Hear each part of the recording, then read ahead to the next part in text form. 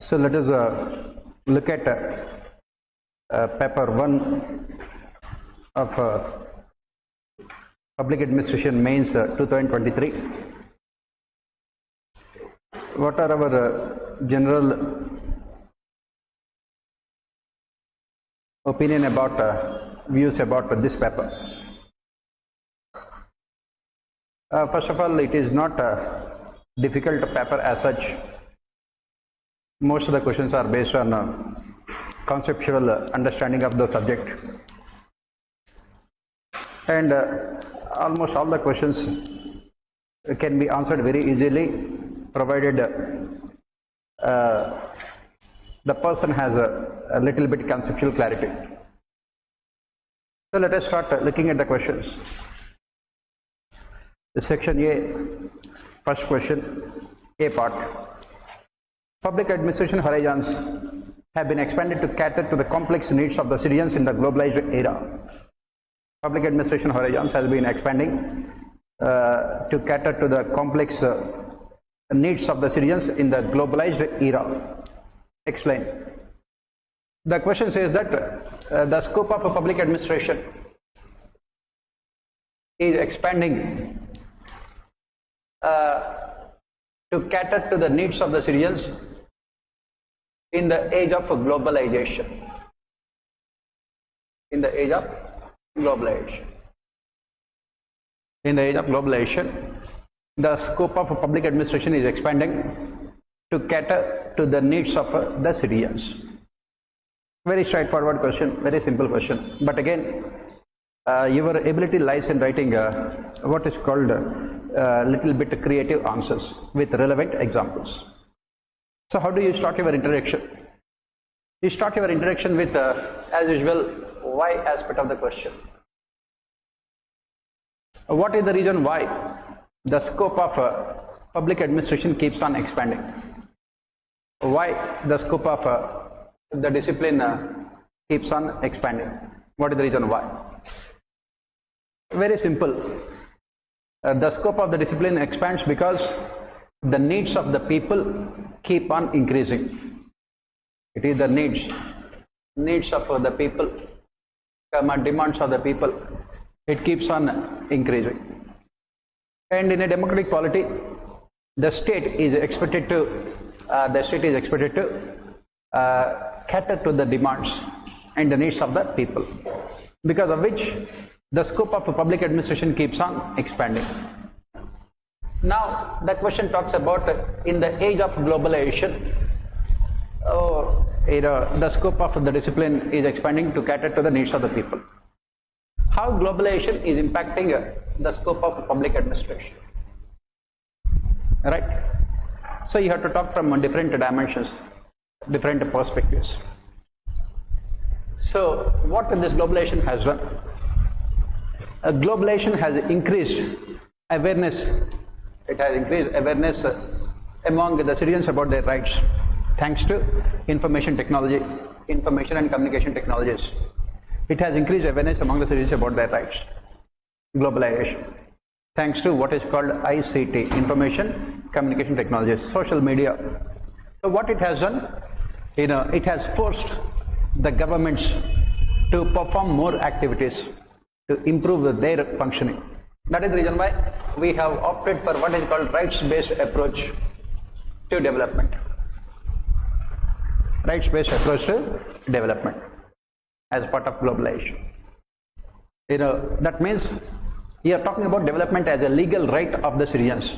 Previously, administration was only morally responsible to the citizens. Now they are forced to make themselves legally accountable to the citizens. Rights-based approach. Second, globalization also has resulted in what is called global constitutionalism. It led to the emergence of global constitutionalism. And what is the essence of global constitutionalism? It has expanded the scope of fundamental rights. It has expanded the scope of fundamental rights. Yeah. Rights-based approach to development. Rights-based approach to development. Globalization also led to the emergence of global constitutionalism, which led to the expansion of fundamental rights, especially in human rights. That is the reason why we have seen expansion in the scope of public administration in the form of various commissions in NHRC or National Commission for Women, basically giving a constitutional status to National Commission for Scheduled Castes, Scheduled Tribes, and even recently OBC also. Right. Next, third consequence of globalization is the domination of markets. Domination of markets, private sector. Private sector. So, as we know, with the domination of market led to the what is called NPM state. NPM state. NPM state, new public management, NPM state. And NPM state, the scope of public administration has expanded with the emergence of what is called regulatory authorities. Regulatory authorities. As we study in development administration, in the age of globalization, we say governance means regulation. In the age of globalization, governance means regulation. These regulatory authorities have become an integral, critical part of governance in this age of globalization. Next, another important change that has taken place in the age of globalization is what is called a citizen-centric approach to development. The citizen-centric approach to development. Another major important consequence of globalization is citizen-centric approach to development. And that is the reason why we have so many reforms, governance reforms like citizen charters, social audits, then right to information, then in this coalition of actors model of implementation. And apart from this, we also have e-governance. E-governance. All these are all the consequences of globalization. All of them are the consequence of globalization. Another consequence of globalization is negative consequence, you can say, is this environmental degradation. Environmental degradation. That is the reason why disaster management, sustainable development now have become disaster management and sustainable development now have become the major focus of public administration. Whether it is the Kyoto Protocol, Paris Summit, or Copenhagen Summit, the summit recently that was held in Scotland, all of them spoke about sustainable development goals, SDGs, sustainable development goals. Another consequence of globalization is widening inequalities between the rich and poor. Widening inequality of between rich and poor, and that is the reason why inclusive and equitable growth has become one of the major objectives of a public administration. Inclusive and equitable growth. Inclusive and equitable growth. That is the reason why right now we have using technology, we have DBTs, we have these various welfare and developmental schemes to protect the weaker sections of society. This is what we have to write. You have to write how globalization has impacted the scope of a public administration in order to cater to the needs of the people. Right? So, how do you conclude your answer? Either you say that the scope of public administration in the globalized era cannot be defined. It is better that it is left undefined. It is left undefined because everything right now is part of public administration. Everything is now part of public administration. There is nothing that can be left without the public administration. That is what you conclude your answer with. Next, come to the second question. Come to the second question.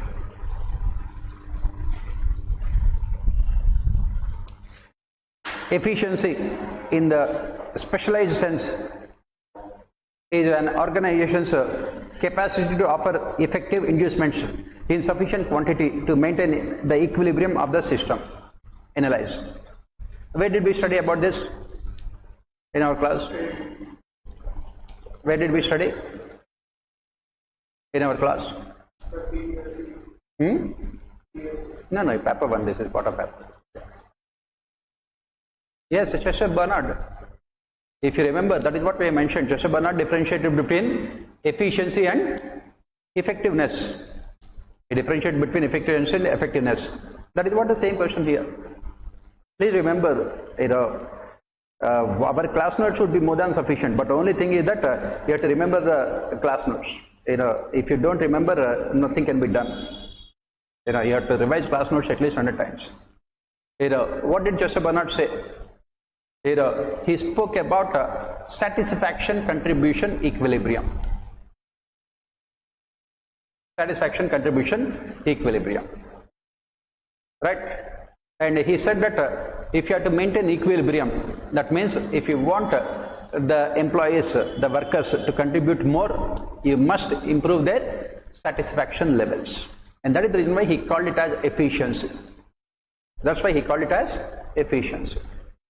Efficiency. Right? That's why he said that those organizations which are efficient can only become effective.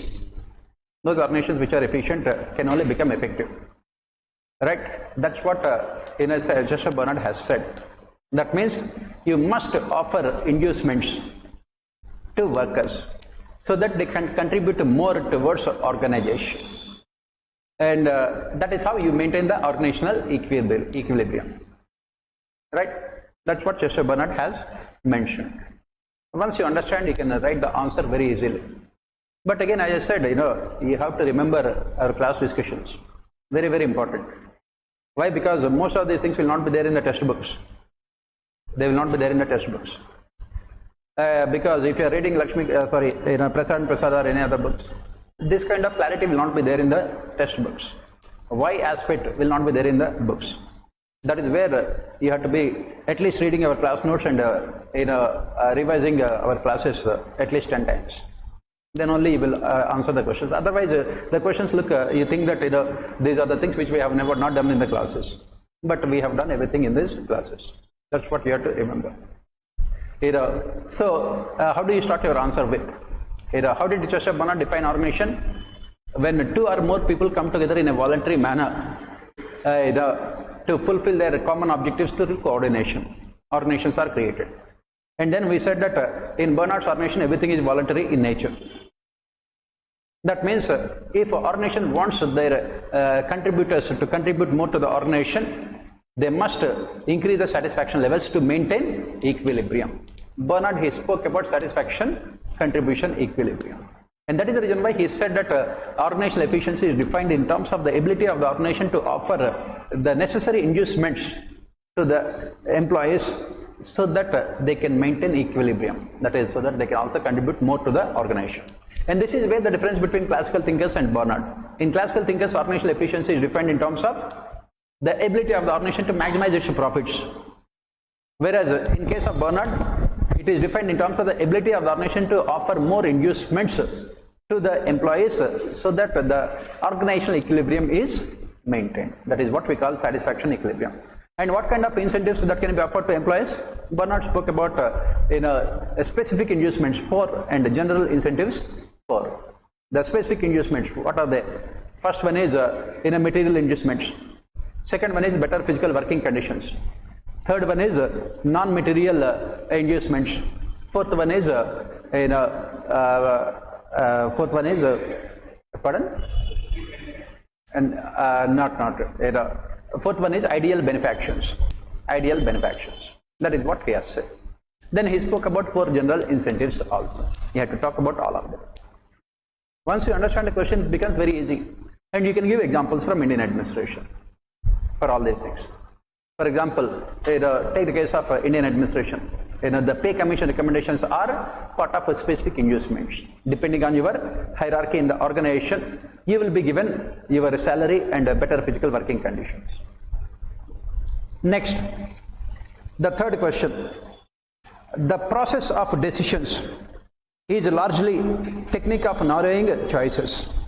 Is largely a technique of narrowing choices. Again, this is what we study in Herbert Simon. What did Herbert Simon has said?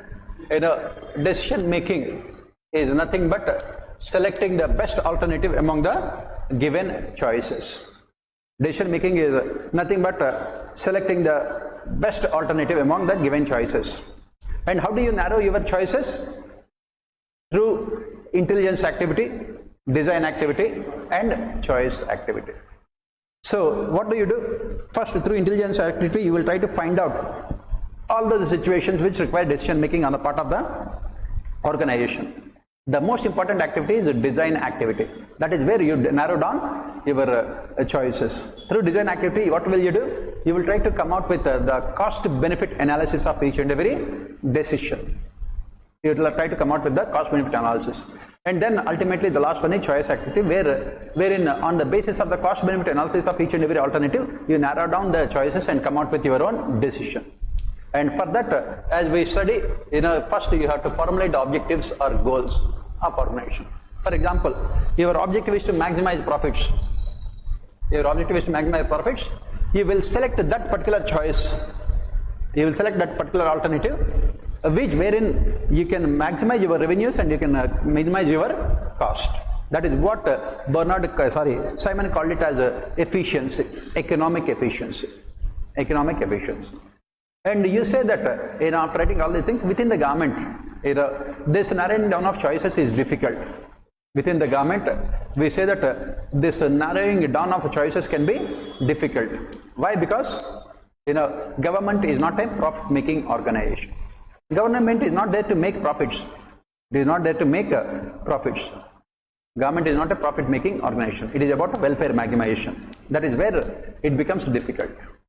That is the reason why we said that Simon's decision-making theory might be good for private organizations, but it has a little practical significance for public organizations.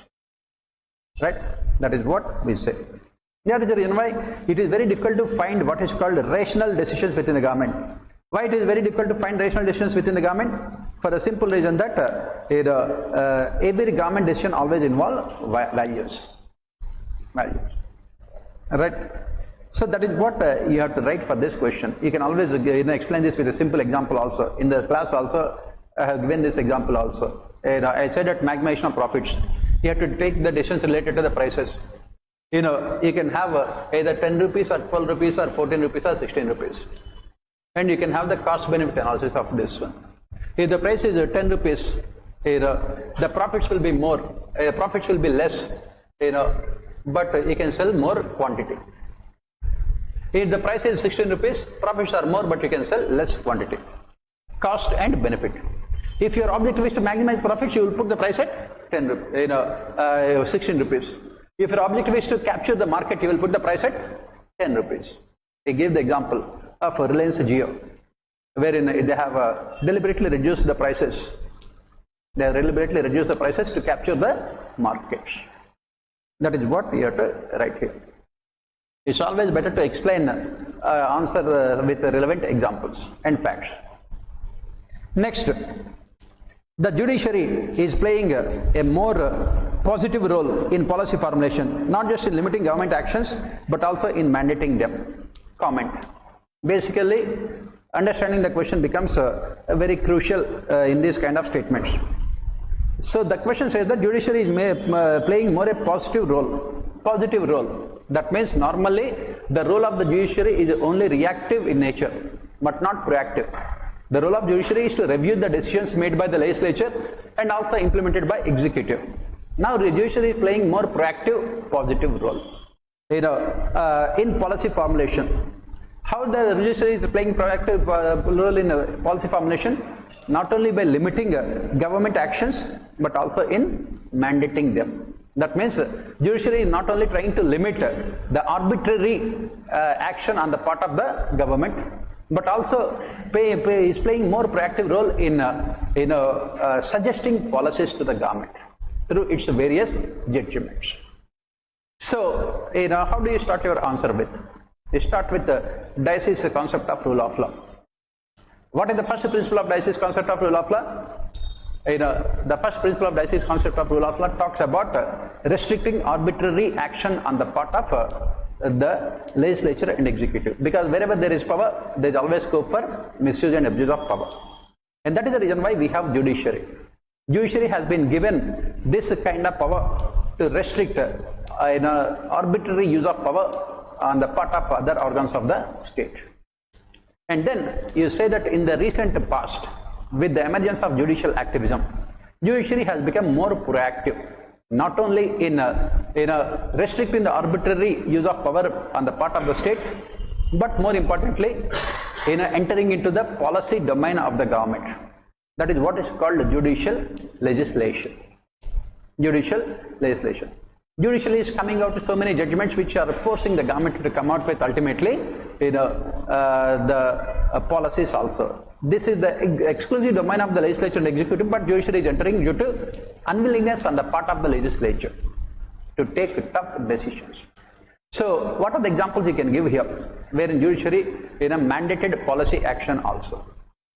Vishaka case, Vishaka versus state of Rajasthan, wherein Supreme Court under Article 152 has mandated that it should be treated as law. Then Supreme Court judgment before that in Shabano case, wherein Supreme Court has requested the government to come out with a uniform civil code. And then later Supreme Court judgment in the right to privacy, wherein it has expanded the scope of fundamental rights, especially Article 21. Then in the recent past, Supreme Court judgment in the appointment of election commissioners, and various Supreme Court judgments related to protection of environment, which ultimately forced the government to come out with a new environmental legislation also, right? And that is what we are saying here. And the question is why this is happening. As I said, why aspect of the question is always important. Why this is happening? As we have mentioned, unwillingness on the part of the legislature to take tough policy decisions due to political compulsions. For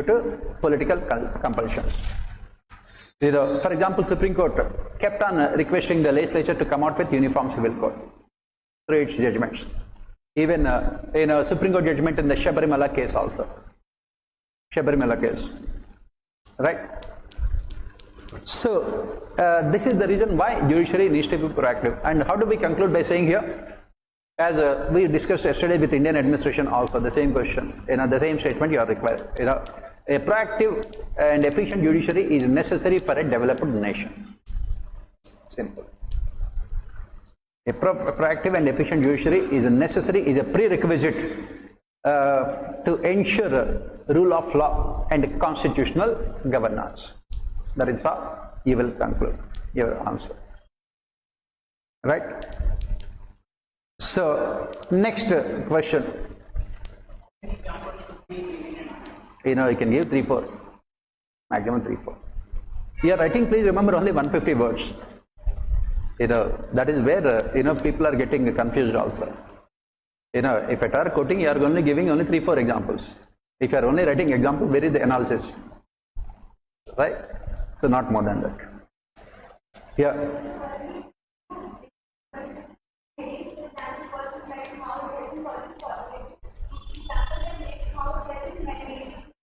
You can do like that, no problem. 2 here, 2 there, 4. Next, citizen charter's focus is on empowering citizens concerning public service delivery. Analyze. Citizen charter's focus is on empowering citizens regarding public service delivery. Analyze. As we studied with the citizen charters, what do we say here? Why do we need citizen charters? Why do we need citizen charters? Why? Because Weberian bureaucracy along with representative democracy, Weberian bureaucracy along with representative democracy meant that there is no scope for participation of citizens in governance at all. There is no scope for participation of citizens in governance at all. Right? So this is where the problem. Weberian bureaucracy along with colonial bureaucracy. So how to move towards citizen-centric governance? That is the reason why this instrument of citizen charters had come into existence. And this citizen charters had their origins in United Kingdom. These citizen charters in United Kingdom were consequence of the neoliberal state that it had adopted after 1990, NPM. NPM focuses on efficient service delivery mechanisms on the cost-benefit analysis, on the basis of cost-benefit analysis. NPM focuses on efficient service delivery mechanisms. Why? Because as we studied with the public choice theory, or for that matter other theories, is also that Weberian bureaucracy is not accountable to the citizens. And this monopoly of Weberian bureaucracy over service delivery mechanisms has resulted in wastage of resources along with inefficient service delivery mechanisms. That is the reason why those countries have adopted NPM, wherein citizens are no longer treated as people only, but they will be treated as customers. When you talk about customers, you are talking about accountability, legal accountability. And how to ensure that? Through citizen charters. Citizen charters. And these citizen charters, as we mentioned, are basically formulated in consultation with the stakeholders regarding the service delivery mechanisms. Because they are paying for those services. They are paying for their services. They are formulated in consultation with the citizens.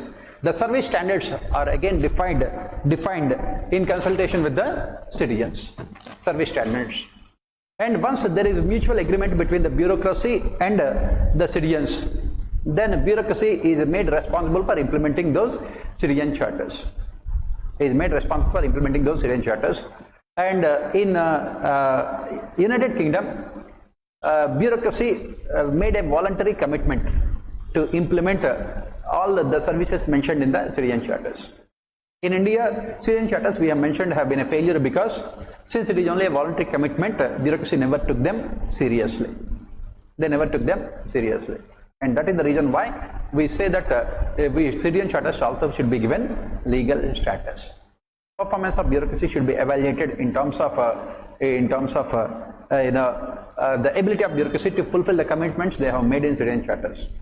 And that is where we talk about a social audit. Social audit is about evaluating the performance of bureaucracy in terms of implementing citizen charters.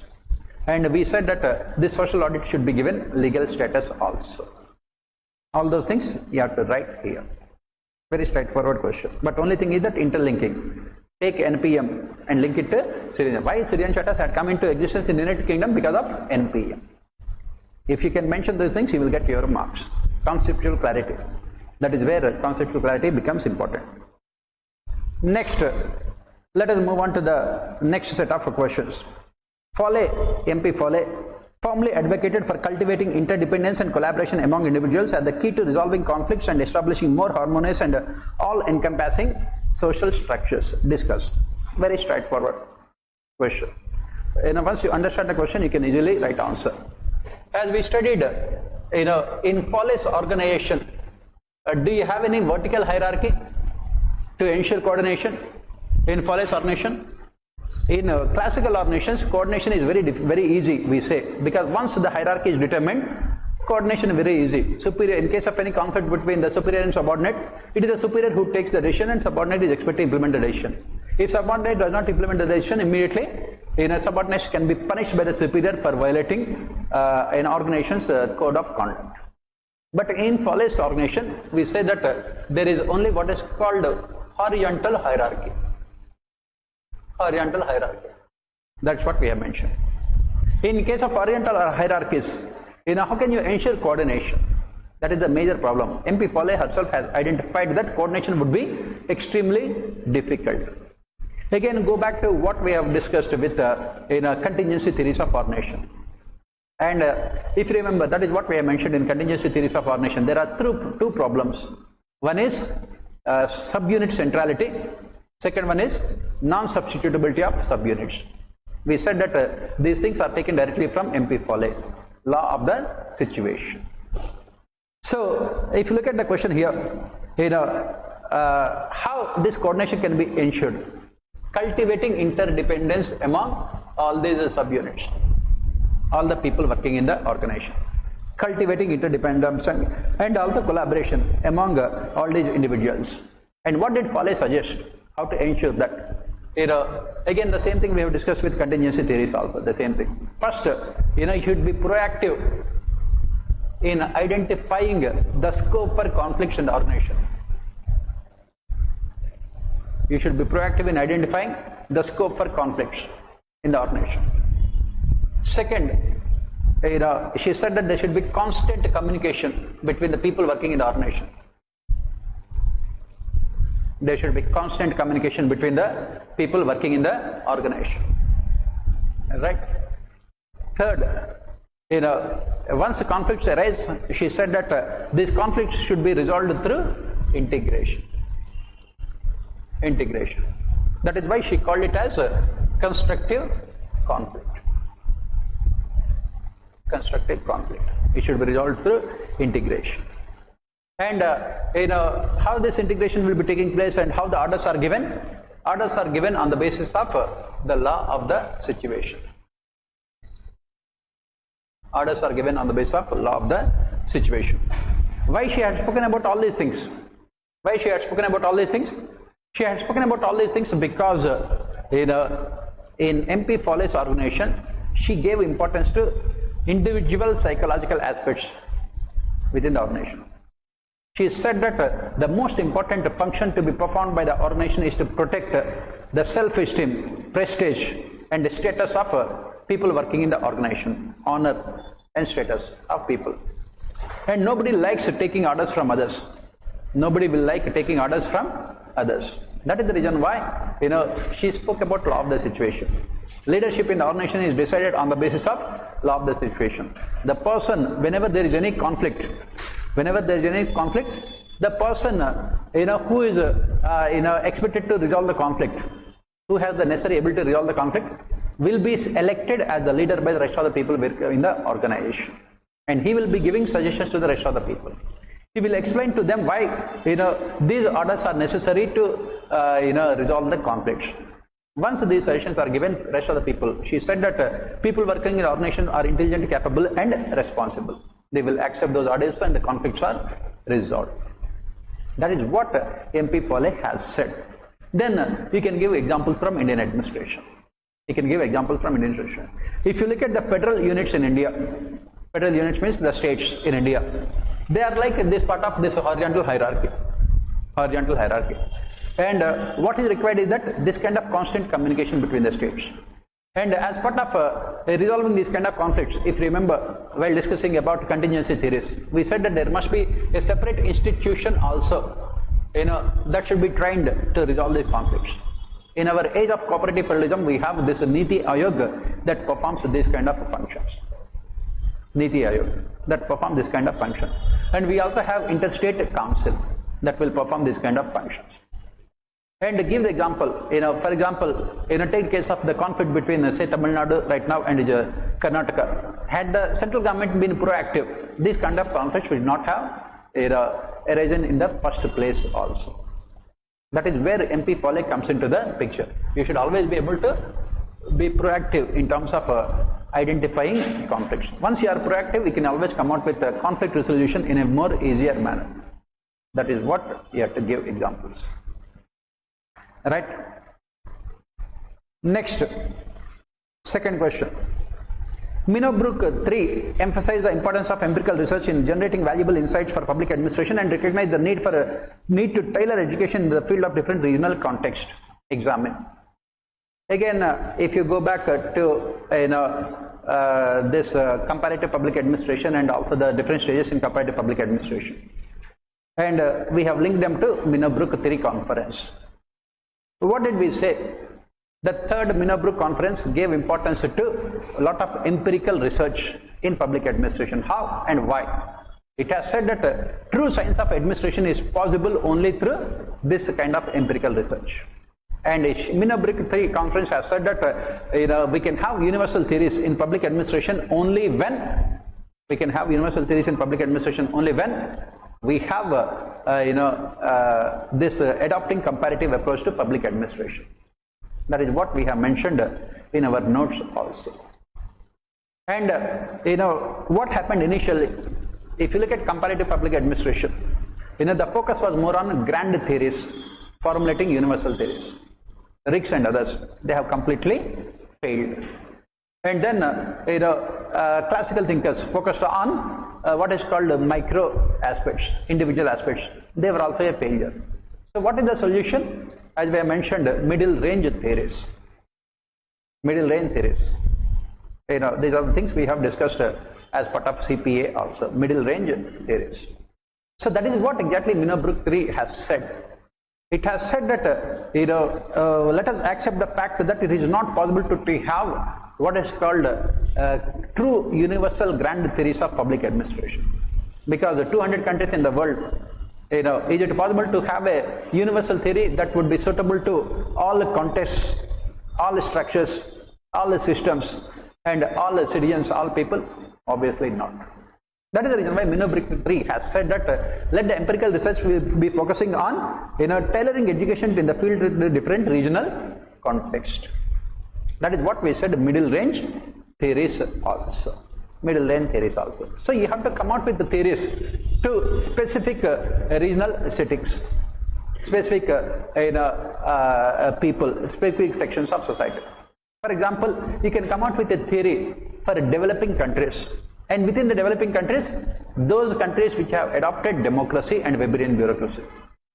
Because take the case of communist China. What is needed, what is good for communist China might not be suitable for India. Why? Because they don't have democracy. As Woodrow Wilson also has said, public administration can be more efficient in dictatorial regimes compared to democracy. It can be more efficient. Why? Because in dictatorship there is no scope for any kind of dissent or opposition. Whatever the decisions taken by the government can be easily implemented. That is not the case with democracy. So a decision, an administrative system which is efficient in say a communist country like China, can it be efficient in a democracy like India? Obviously not. That is the reason why Minobrook 3 has said that let the empirical research be focusing on specific regional settings. You have these NATO countries which are what we call developed countries. What is good for them can be good for India?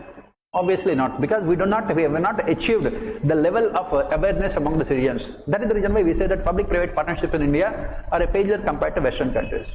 Citizen charters in India are a failure because we have not created the necessary conditions. And that's why Minobrook has, similarly take other countries, the African countries. In African countries, the developmental standards are much lower compared to India. Within India only, what is good in a state like, say, Kerala, may not be good for a state like Uttar Pradesh. Regional context. That is the reason why Minobrook 3 has emphasized on these things.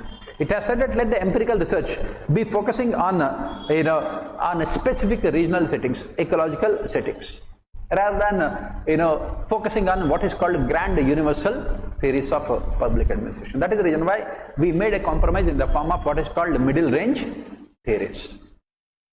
You have to combine Minobrook 3 along with the latest developments in what is called comparative public administration. Right? So again, these are all the things that for all these things you have to give the examples. For example, take the case of self-help groups. These self-help groups are successful initially in a country like Bangladesh. From there, India has adopted comparative public administration. And within the country, these self-help groups are successful initially in South Indian states. North Indian states, compared their administrative systems, and they made changes, and they are also becoming successful now in North Indian states also. Similarly, take the case of Judicial India. We have taken most of the things from America and we try to adapt them to Indian conditions. So that right now, in a digital public infrastructure, as we discussed in yesterday's class also, in India is considered to be one of the best in the world also. Even IMF and World Bank have said that our UPI is one of the most important innovative changes that we have made, which made sure that whatever the country has achieved in the last 6 years is more than what it has achieved in the last 60 years also, 6 decades also. So you have to write all these things. Right? The key to getting good marks in paper 1 is always linking them to important events in Indian administration. Not only Indian administration, global administration also. Right? Public-private partnerships have been justified in various ways over time that seek to privatize public services for the profit of private entities. Do you agree? Yesterday also the same question was asked. Please remember, public-private partnership yesterday, and that is Indian administration and paper 1 combined together, they have asked 40 marks. And last year PPP was asked in your economy for 15 marks. One topic you will you will be getting at least 50 to 60 marks. These are all the important things, issue areas in public administration, very, very important. So let us try to understand the question. Have been justified in various ways over time that seek to privatize public services for the profit of private entities. Do you agree? So yesterday also we have mentioned, in the name of public-private partnerships, in the name of privatization, what the governments are doing, they are privatizing service delivery mechanisms. And what is the main criticism here? In the name of public-private partnerships, the government is losing out on maximum amount of revenue, and the people are also losing out in terms of low quality of services provided by the private sector. So private sector is making a huge amount of profits without providing the necessary services. As we study this topic also, as we studied, those who have attended our entire full class, they know all these things. We have mentioned that these public-private partnerships had their origins in United Kingdom.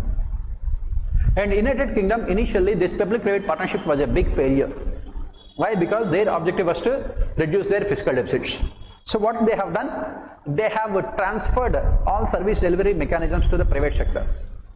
It led to monopoly of a private sector in service delivery mechanisms, and it led to the failure of PPP. Why? Because the private sector was only interested in maximizing profits for themselves, but not in providing efficient service delivery mechanisms. They charged a huge amount of money from the people, what is called user charges. That is when United Kingdom has realized the failure of PPP. Then they made changes to PPP. They have come out with what is called VFM, value for money concept. So that it is ultimately the people who benefit. And that is when they introduced competition in service delivery mechanisms. And in India, why public-private partnerships have been criticized? Because in the name of public-private partnership, we still have private sector monopoly in service delivery mechanism. We have not yet introduced competition in service delivery mechanisms. For example, electricity distribution. In the name of public-private partnership, what we have done? We have given this contract to private sector entities. And these private sector entities still have monopoly. They can decide the user charges the way they like. Without, they can decide the user charges the way they like without consulting the citizens also. Since it is only what is called monopoly, people always suffer. And that is why we say that we talk about all the reforms. In a public-private partnership, the government should always make sure that there is competition in service delivery mechanisms. So Niti Aayog also has recommended the same. For example, airport privatization. Unity Act has recommended that these contracting out of services of the private airports, maintenance of airports should not be given to one single entity. Of course, what the government has done, they had given all these entities only to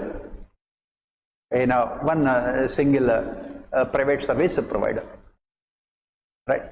So that is what you can without naming it, you can write all those things. Niti Aayog also has recommended, right?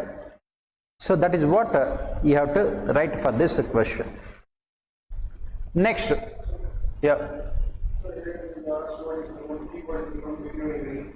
Yes, to some extent we agree. That is the reason we are providing solutions.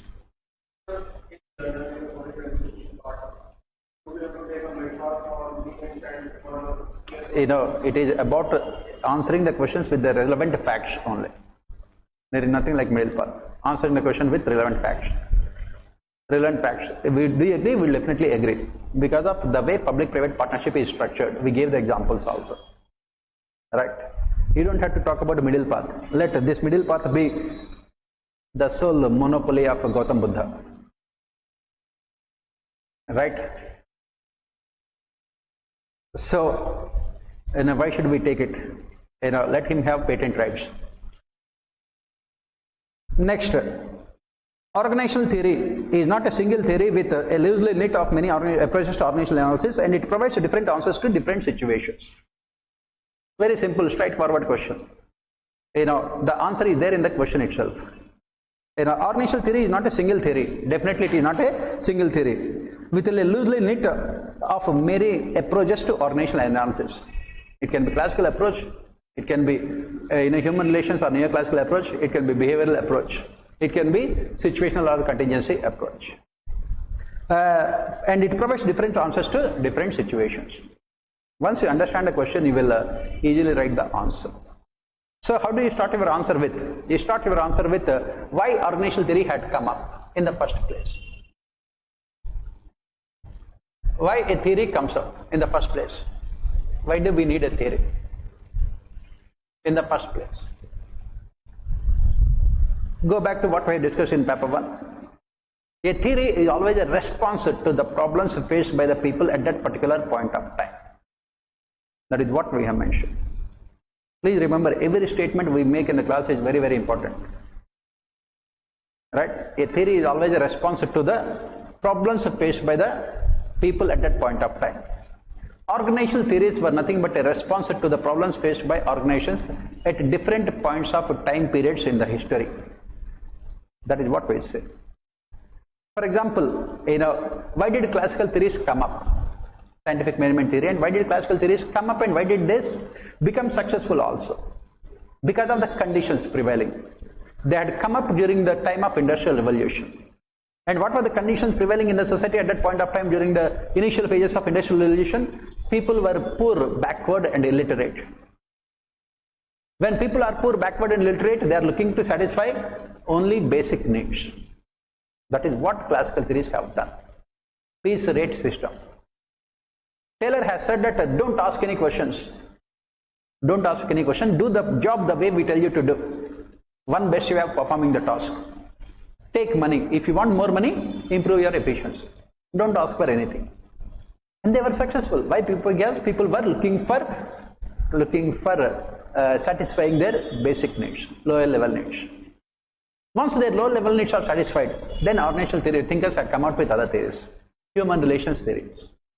Once your basic needs are satisfied, once their basic and security needs are satisfied, the third set of needs, according to Abraham Maslow, are social needs. That is when human relations theories had come into picture. Human relations theories. And the fourth set of needs are self-esteem needs. That is when M.P. Fowler spoke about it. A neoclassical theory, which speaks about humanistic capitalism and self-esteem needs of the people. Right? Simple. Once then there is more developments in the organizations, then behavioral theories had come up. These behavioral theories started looking at the organization drastically different from the classical and neoclassical thinkers. Classical and neoclassical thinkers were looking at the organization only from the perspective of the management, that is to maximize profits. Whereas behavioral thinkers started looking at the organization from the perspective of the workers. Then came another revolution in the form of Herbert Simon. Herbert Simon decision-making theory was a product of this Great Depression in 1930s. Simon has mentioned that this Great Depression had occurred because of the wrong assumption made by classical economic thinkers. Classical economic thinkers have made the assumption that people behave in a rational manner. That is when markets will always be in equilibrium. And he has proved that people cannot take completely rational decisions through his decision-making theory. Then he went on to explain how to make more rational decisions. Different approaches to organizational theory depending on the circumstances. Then came Ricks, who said that whether it's classical or behavioral theories or modern theories of organization, they suffer from one basic weakness, that is ethnocentrism. They had come out with theories only for developed countries, and they believed that those theories will be useful for the rest of the world also, without taking into consideration the conditions prevailing in the rest of the world. That is the reason why he advocated ecological approach. So you have to write all these things as part of your answer. Right?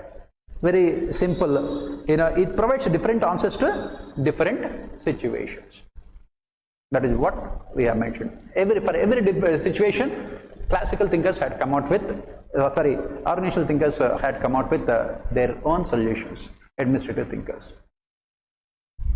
Again, as I said, once you have conceptual clarity, you can always easily answer all these questions. That is what you have to remember. Next question. Intrinsic motivation in comparison to extrinsic motivation leads to enhanced performance and creativity. Examine. Who had spoken about intrinsic motivation and extrinsic motivation? Which thinker has spoken about intrinsic and extrinsic motivation? Friedrich Herzberg, as part of his two-factor theory. He spoke about intrinsic and extrinsic motivation. Friedrich Herzberg. So, what did he say? He said that why classical theories are a failure. He said that classical thinkers are a failure because they focused only on external rewards to motivate the workers.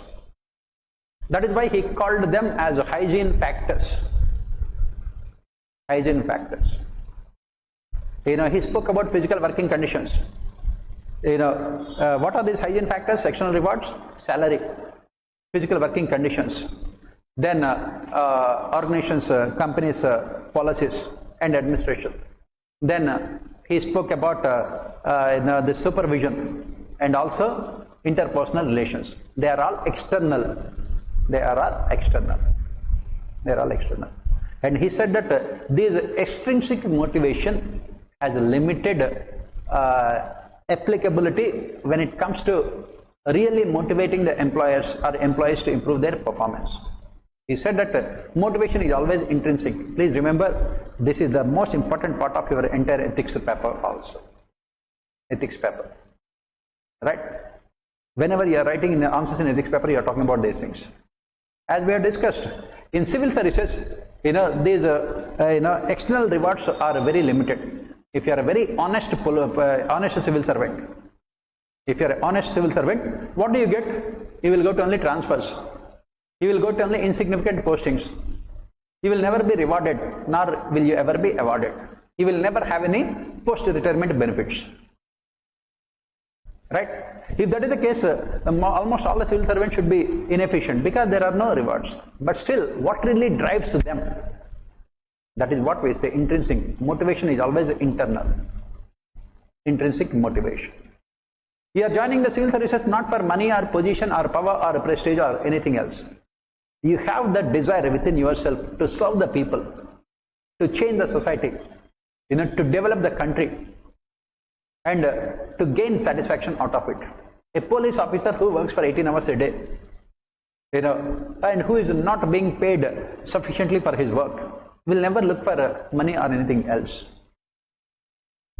An IAS officer who works for 18 hours a day during the times of floods, 20 hours a day, and other officers who are willing to sacrifice their life also, they are not looking for anything else. Why? Because for them the service itself gives them maximum amount of satisfaction. This is where again you have to bring in Abraham Maslow.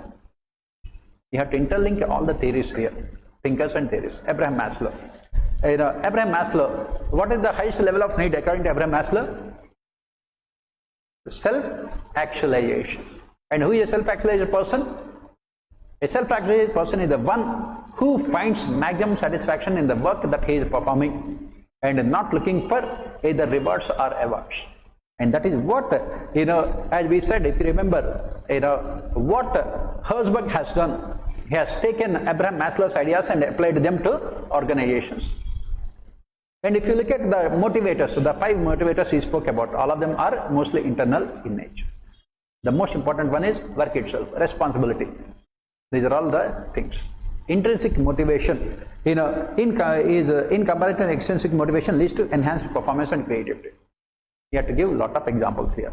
Give the example of a Mother Teresa. But she is looking for rewards or awards. Give the example of Mahatma Gandhi.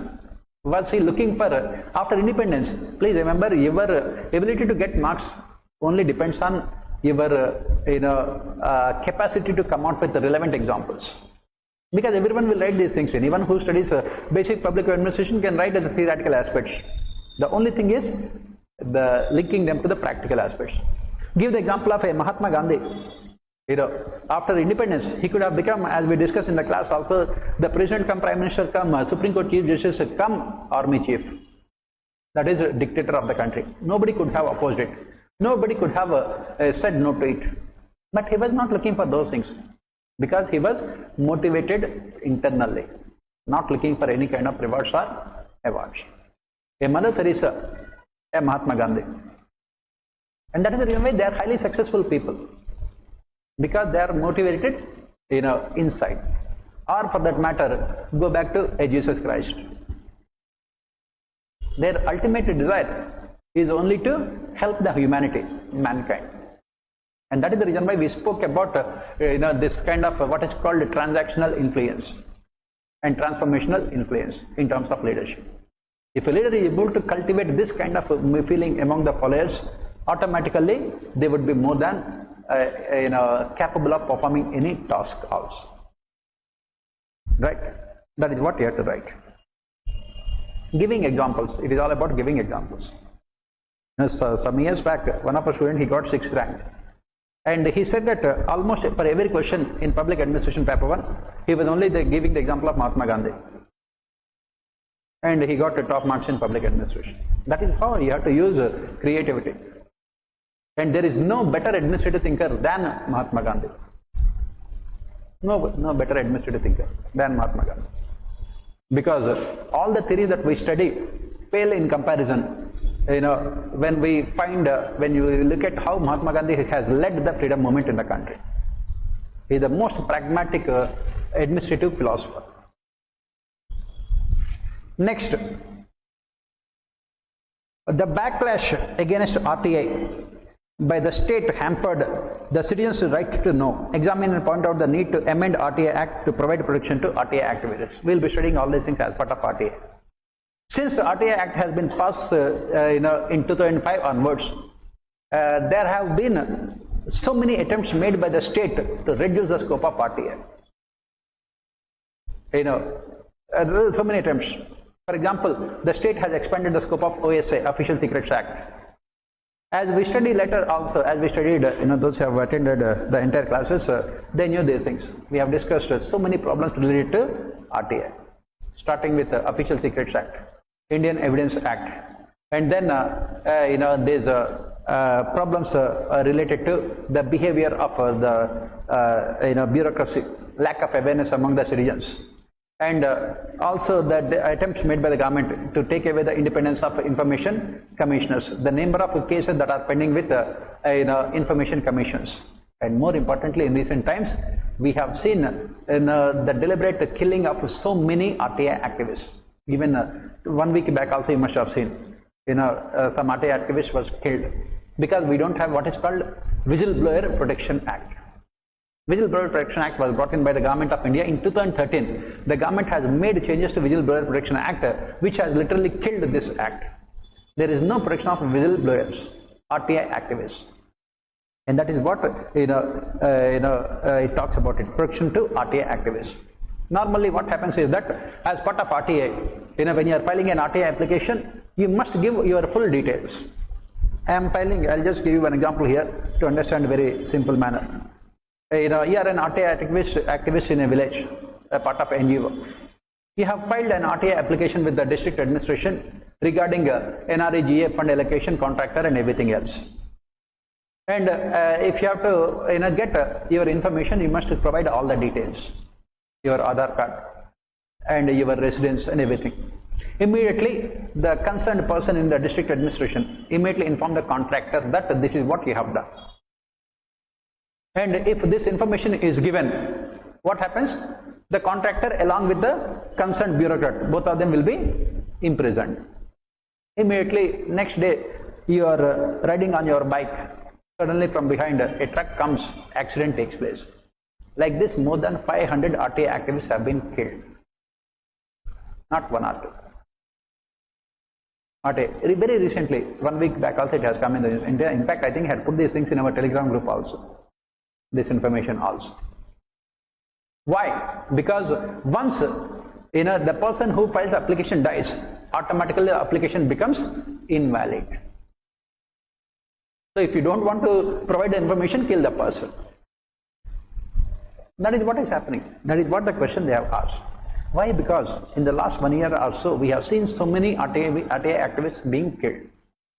That's the reason they have asked. That's the reason why we say that we must provide protection to RTA activists. If you are providing all these details, automatically, you are giving these contractors and bureaucrats and politicians an opportunity. Why? Because under the RTA provisions, if a person dies after having filed RTA application, then that application would become invalid. Tomorrow some other person files, that person also will be killed. And people will come to know that what is more important for them, right to life or right to information. Because right to life is fundamental right under Article 21 and right to information is only a legal right under the provisions of RTA Act. That is what is happening.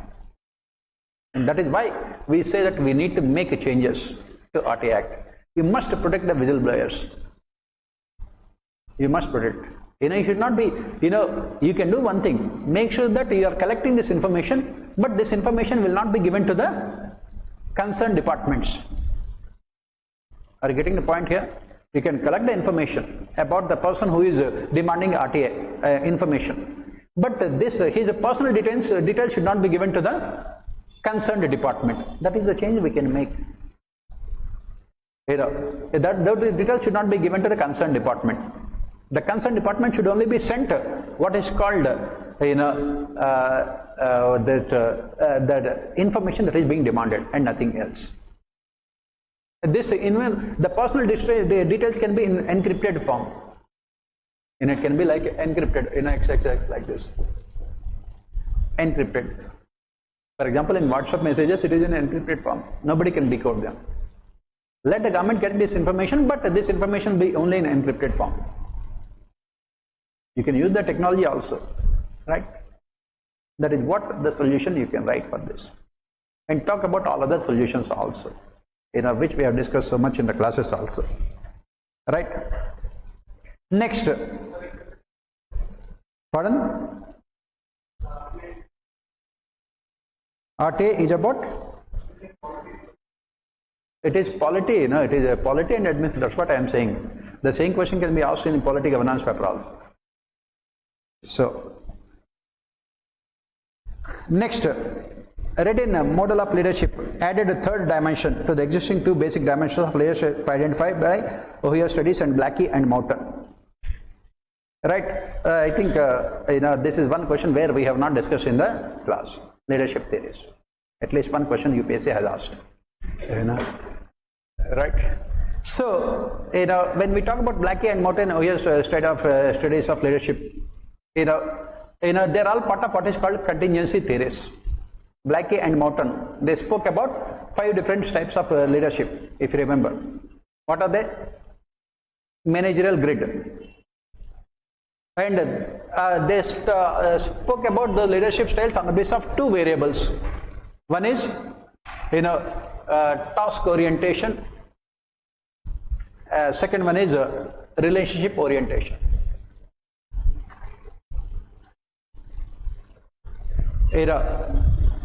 Relationship orientation. That means, as we discussed, those leaders who give only importance to the work to be performed, classical thinkers, and those leaders who give importance only to the relationships, like human relations and behavioral thinkers. Blackie and Moulton, they spoke about 5 different types of leaderships. What are they? If you remember, we have studied these 6 in paper 1.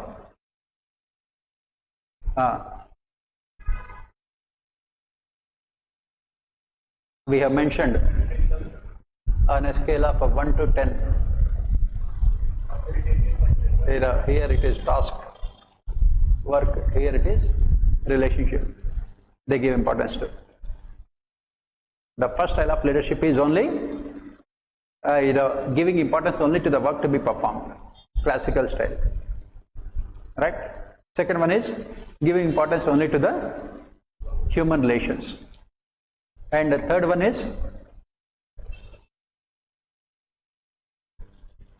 that is what happens when you don't remember.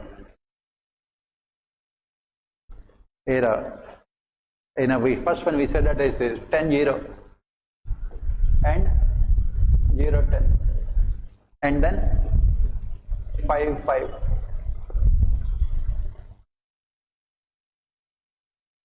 Then 10-10. This is the best style of leadership we have mentioned. Yes? What are they?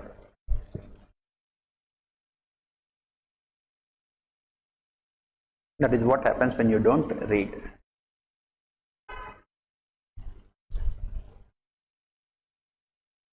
Country club management. Where does it fall? Country club.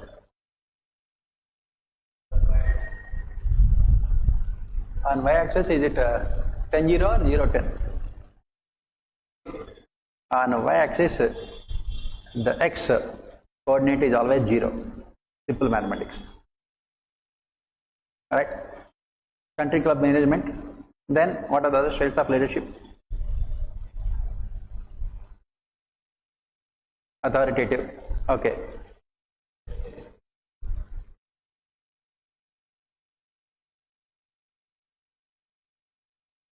What is the best style of leadership? 10-10?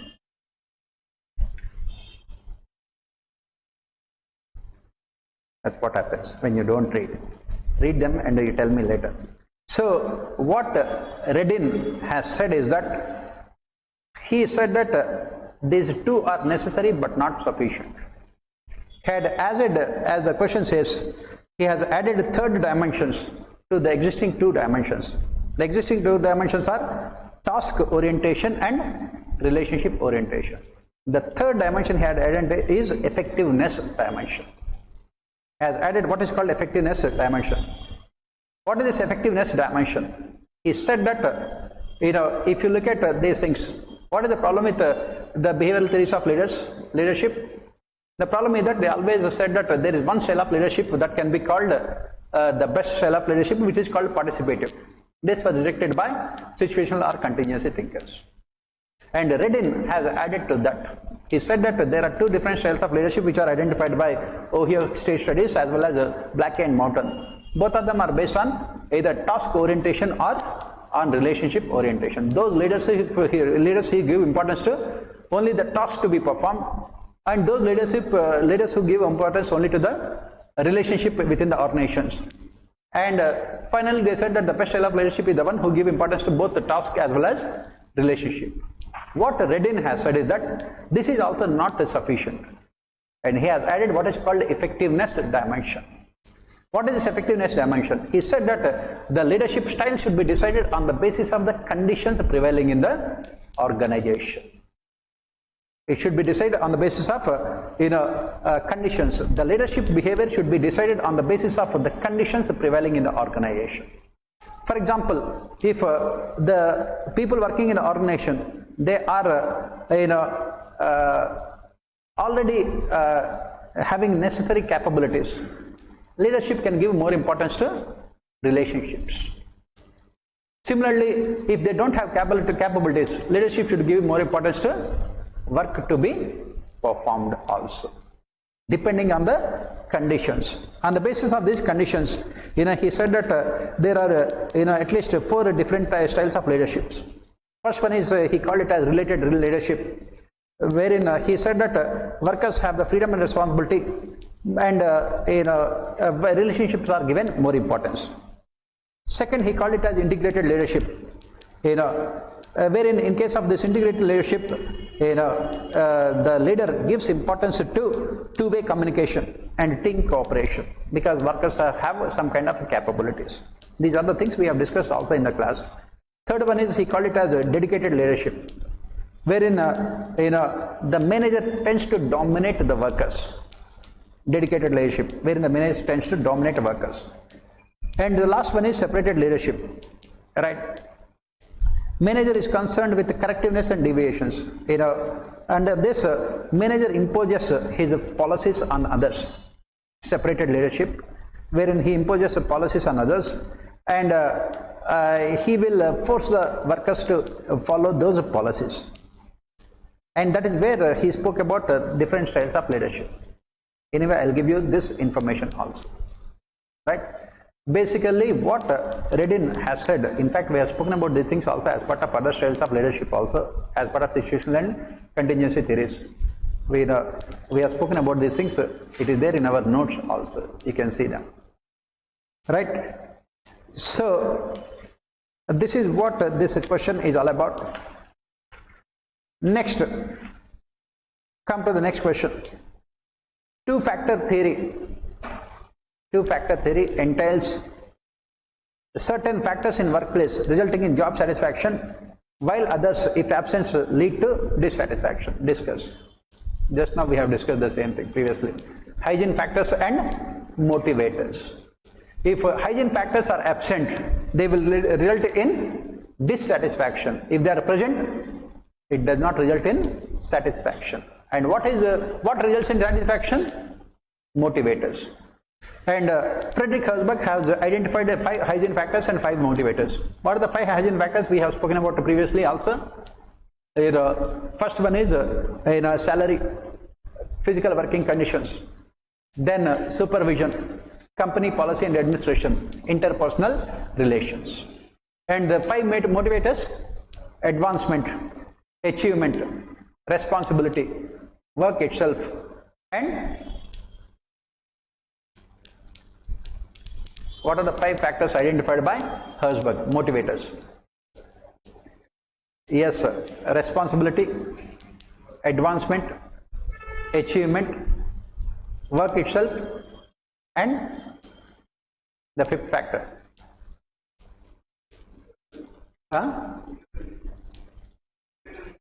Recognition. So these are all the 5 factors that were identified by Frederick Herzberg. Please remember, if you don't read them, it becomes very difficult. And we gave a lot of examples also in our classes about all these things. Right? We have to write all of them. Only on Frederick Herzberg we have 3 questions this year. Very important thinker.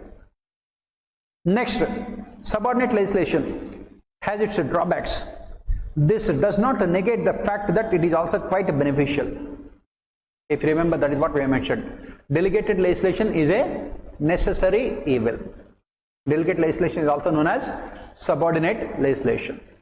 And we are talking about the evil, negative impact of delegated legislation, but also talking about the benefits, why it is necessary. We have given so many examples why delegated legislation is necessary, why the subordinate legislation in the class. Right?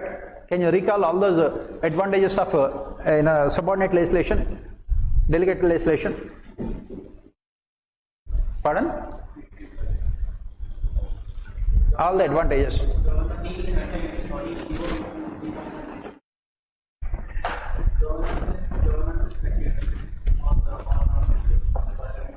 Yes, first we have mentioned that Parliament does not meet all through the year, whereas governance is a continuous activity.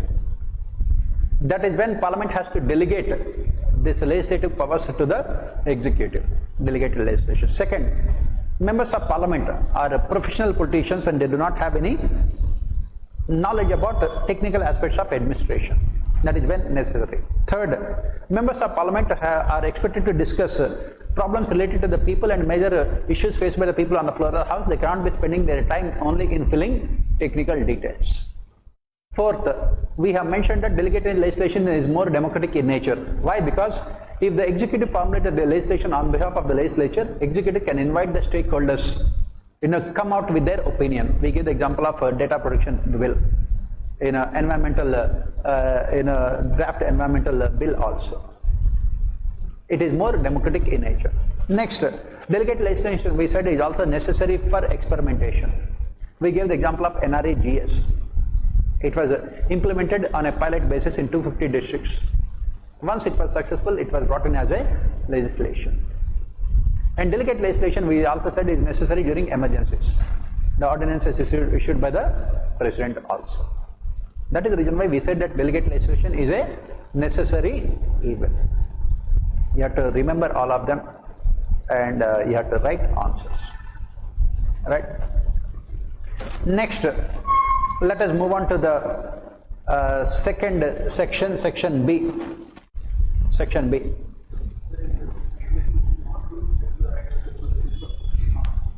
That's the reason we write about drawbacks also. What are the drawbacks of delegate? Which one? Two-factor theory. You have to give a lot of examples of hygiene factors and motivators, and you have to discuss criticism of the two-factor theory. Everything, whatever you don't know about Herzberg, you write. Right? And your answer with the contribution of Herzberg.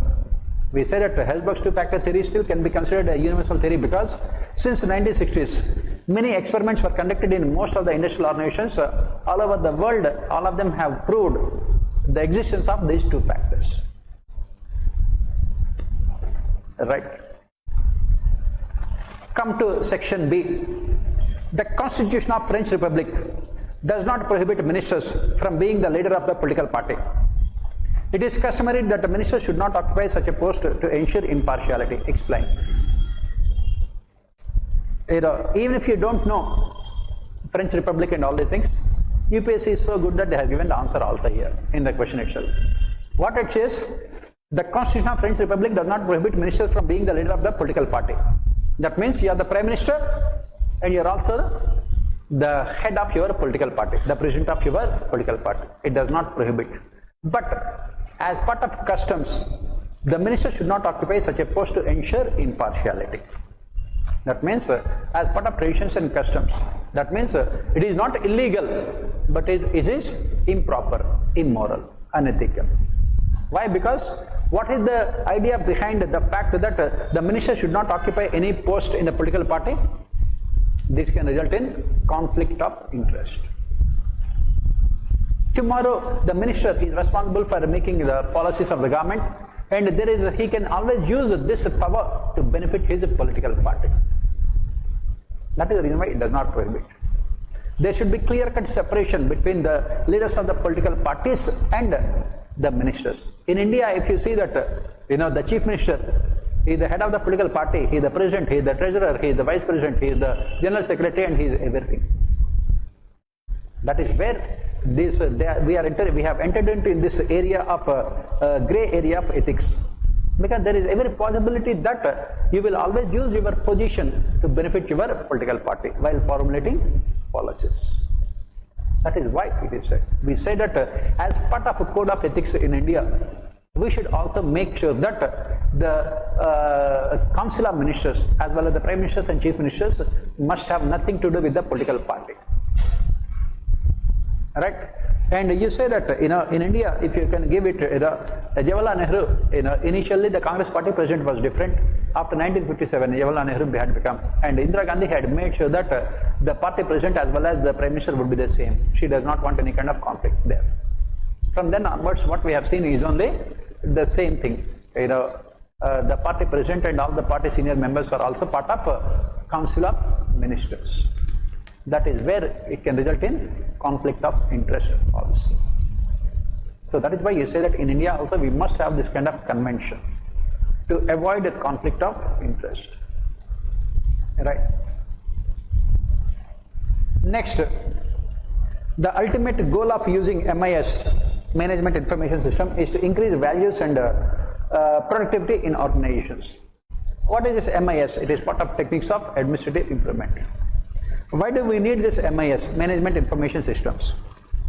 And we have to bring in two thinkers here, Herbert Simon, and second one is this rationalist paradigm in public policy analysis. According to Herbert Simon, when can rational decisions be taken in organizations? Only when complete information is available, intelligence activity. Complete information is available. Rational decision making is based only on the basis of empiricism, on the basis of availability of all facts. And come to the public administration, public policy analysis. What we say is that rationalist paradigm in public policy analysis again gives importance to empiricism and data. Public policies can be successful only when they are based on ground level realities. They are based on ground level realities.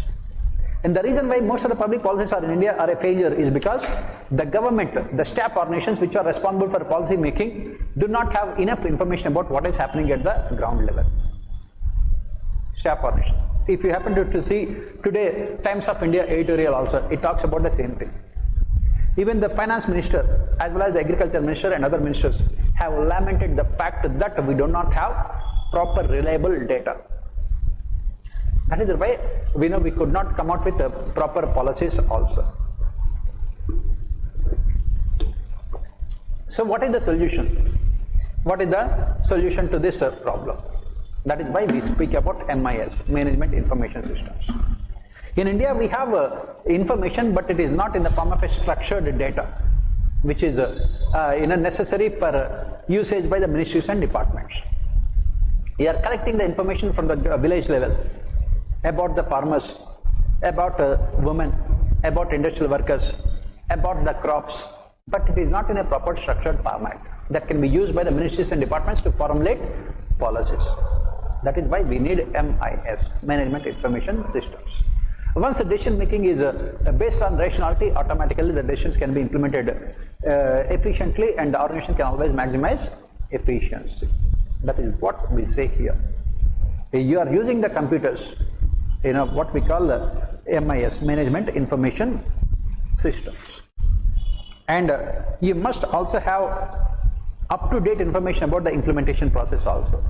For example, right now in PMO, Prime Minister's Office only, this entire department is shifted from Cabinet Secretariat to PMO, Program Implementation Division. It will collect the real-time, up-to-date ground level information so that public policies can always reflect ground level realities. Alright, this is what you have to write for this question. Next, cost-benefit analysis is of great help to the policy makers in framing policies and providing advice on developing public policy. Examine. This is what we have discussed in public policy analysis. Cost-benefit analysis. Right? It says that cost-benefit analysis is of great help to the policy makers in framing policies and providing advice on developing public policy.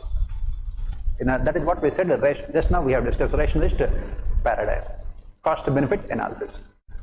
But cost-benefit analysis, the question says examine.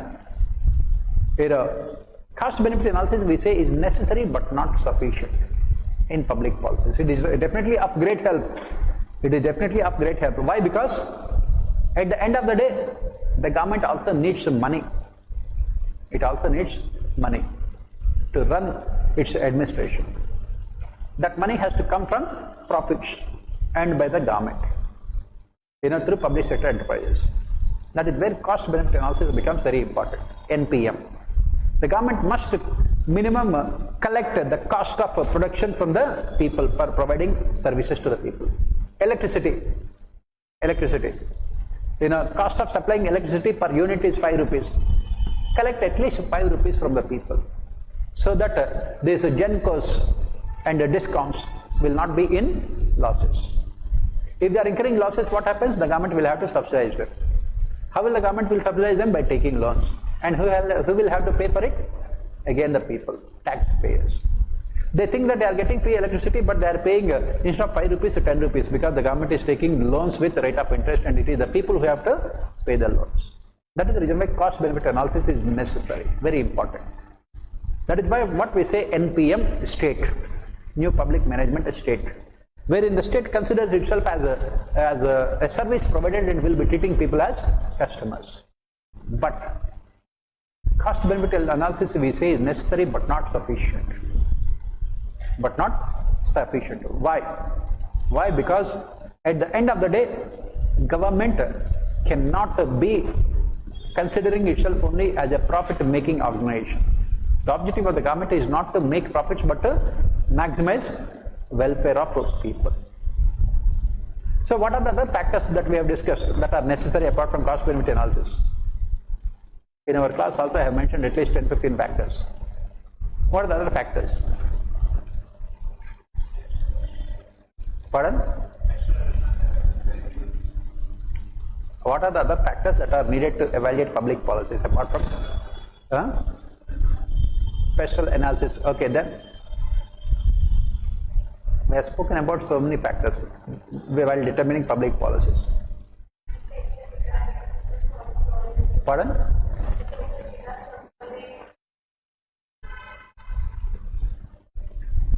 What are the other factors that the government should take into consideration while formulating public policies apart from cost benefit analysis?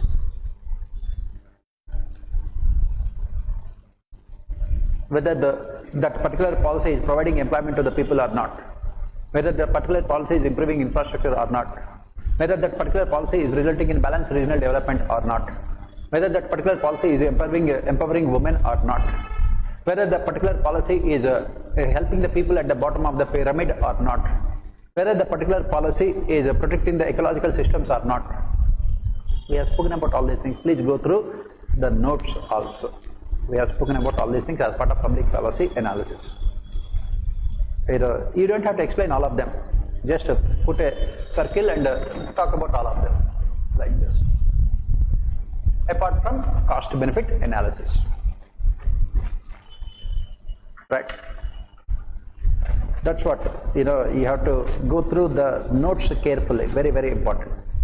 Very, very important. Next, monetary policy and fiscal policy are different, but both are used to regulate economy. That's what we have discussed in the classes also. Right? Objective of monetary policy is different. What is the objective of monetary policy? To ensure price stability. Second, to ensure sufficient supply of credit in the economic system to ensure rapid economic growth and development. Third objective is exchange rate stability. What is the objective of fiscal policy? Inclusive growth, equitable growth, job-led growth, balanced regional development, gender empowerment, you name it, all of them are objectives of fiscal policy. And the instruments used by monetary policy are different from fiscal policy. What is the most important instrument used by the central bank to achieve the objectives of monetary policy? Repo rates and reverse repo rates.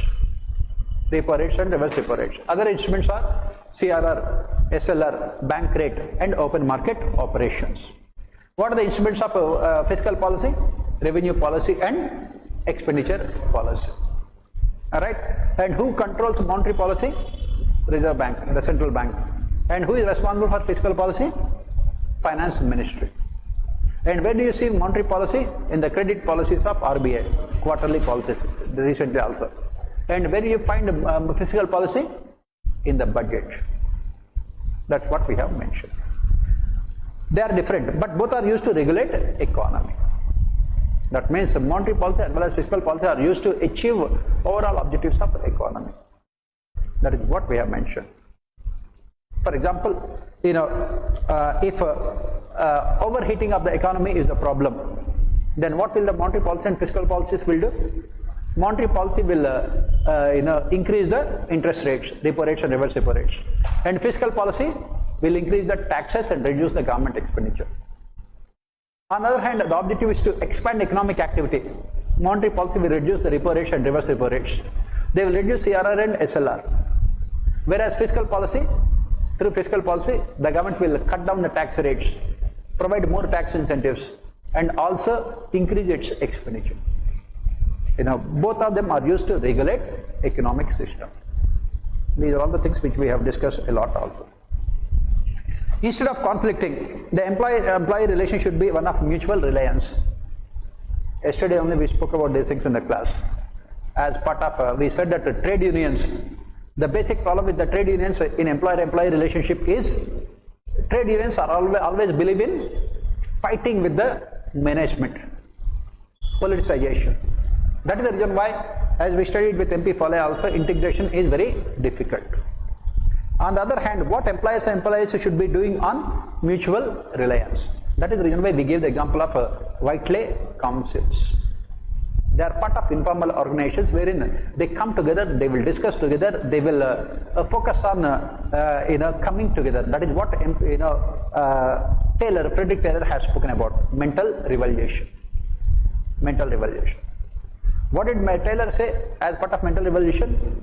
He said that there should be revolution in the minds of the workers as well as the management, that their interests are not conflicting in nature but they are harmonious. The same thing should be there in employer-employee relationship also. They should be based on mutual reliance also. Right? And you have to give a lot of examples here. From Indian administration, we can give the example of what is called, what are the examples of rightly councils in Indian administration. And we have so many arrangements within the government of India, wherein this kind of informal talks takes place between the government and the employees without involving the formal structures like trade unions. Right? And you can talk about the pay commissions also. As part of the pay commissions, the discussions will be taking place between the government and employees. Pay commission. Pay commission. Right? Next, come to the sixth question. The studies in CPA, Comparative Public Administration, got momentum in 1980s and 1990s with a new objective and orientation than its previous counterparts. Critically examined. We have discussed these things. What was the major difference between the studies in CPA before 1980s and after 1980s? Before 1980s, CPA was focused only on study of individual nations as part of RIC's Comparative Public Administration. After 1980s, the focus shifted to study of multilateral authorities and multilateral institutions in the age of globalization. In the age of globalization. Right? After 1980s. That is the reason why we said that the orientation of CPA has completely changed after 1980s. They were discussing about the impact of IMF and World Bank. They were discussing about the impact of NPM. They were discussing about the impact of e-governance. They were discussing about the impact of public-private partnerships in different countries around the world. They were discussing the impact of citizen-centric governance in the form of civil society organizations and NGOs. They were discussing about the impact of these measures taken by the countries around the world on with regard to sustainable development, terrorism. That is basically after 1980s and 1990s, the focus has shifted from individual studies to globalized studies, but with a specific regional context. That is the reason why we spoke about middle range theories also. So, after 1990s, we spoke about middle range theories, because till 1980s in CPA, the focus, the objective was only to come out with grand theories, grand macro universal theories through comparison. When it was realized that it is not possible, then they have focused on specific regional studies also. We have discussed all these things in our classes also. Everything is there in our class notes also about these things. Pardon? Yes. Right. Next, in this year question paper is mostly theoretical. Once you have a conceptual clarity, you can answer all the questions very easily. That is the thing. Conceptual clarity about the major thinkers and major theories only, not much. In explaining the development, Weidner made a distinction between change in the output and change in the system itself, and warned that what is growth from one point of view may decline from another point of view. Comment. As we have said, Weidner's model of development was based on economic growth. He defined development in terms of economic growth only. Right? That is the criticism against we have mentioned as part of Weidner's model of development also. But at the same time, he said that a change in a development he made a distinction between what is called change in the output. That means you are moving from lower GDP to higher GDP. Second one is change in the system itself. Change in the system itself. Changing the system to ensure increase in the output also. And one that what is growth? That means if you are talking about growth from the output point of view, may decline from growth from the point of the system itself. So what is he trying to say here in a comment? What Widner was trying to say here is that economic growth can be called as development, but its economic growth may not be called development from the system point of view. Why? Because as we study, if your GDP is increasing, can we call it as increase in the overall development of the country or economy? That is what the problem that the present government is also committing. They are talking about $3 trillion economy or $5 trillion economy and becoming the third largest economy in the world. But how does it really matter? How does it really matter? If you are talking about third largest economy, look at your population also. Look at your population. So, what is growth from economic perspective may not be growth from all other perspectives. That is what Widner has warned. That's why he said that don't focus excessively only on economic growth. It is necessary but not sufficient. And what this growth, what we require is, we said that this growth has to be, development has to be multidimensional. Multidimensional. As that is the reason why Amartya Sen defined development as a freedom. As freedom. Of course, when you have the freedom, you can enjoy the freedom only when you are empowered. A poorest person on the street, can he enjoy all the freedoms that are given to them? How will not? That is what our Constitution preamble talks about: justice, economic, political, and civic justice. Right? All these things can be possible only when economy or a country is developed. Give the example of these Arab countries, West Asian countries. They are economically developed. Can we say that they are overall developed countries? Do they have gender equality? Do they have democracy? Do they have the freedom of life, life and liberty? Do they have rule of law? Obviously not. That is what Widner has said. If you are talking about one aspect of economic growth, that means you are going against other aspects also. And in Indian context, that's what we say. GDP is very good. Becoming the third largest country in the world in terms of GDP is one of the proudest achievements. But is it necessary? Is it sufficient? It is definitely necessary, but not sufficient. What about the per capita income? Even per capita income is also not a proper indicator. Per capita income is also not a proper indicator.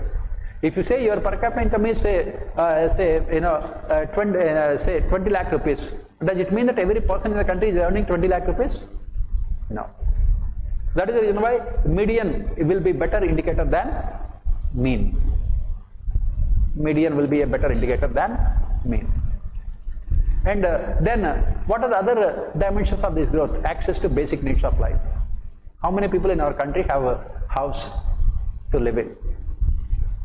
How many people in our country still have toilets, 100% toilets coverage? In spite of Swachh Bharat Abhiyan, we have discussed yesterday also, there is a lot of work needs to be done. How many people in our country have access to basic education, quality education? How many people in our country have access to cooking gas? How many people in our country have access to clean, water, drinking water? These are all the indicators of growth. Right? That is what Widner has said. That's why he said that development, one of the indicators of development is economic growth. If you focus excessively on economic growth, that means you are going against other aspects also. And that is what is being done in India. That is the reason why we spoke about postmodernism in public administration. If you remember, what is this postmodernism in public administration? Postmodernism questioned the classical concept of growth, basically economic growth. They said that what is important is the qualitative aspects of development rather than quantitative aspects of growth. It is not about the GDP, it is not about investment, it is not about industrialization, it is not about infrastructure. These are all what we call macro indicators. What is important is qualitative. Access to education, health, infrastructure, drinking water, clean energy, clean environment. These are all the indicators of growth. That is what we say. And we have spoken about these things so much in our classes also, all these things.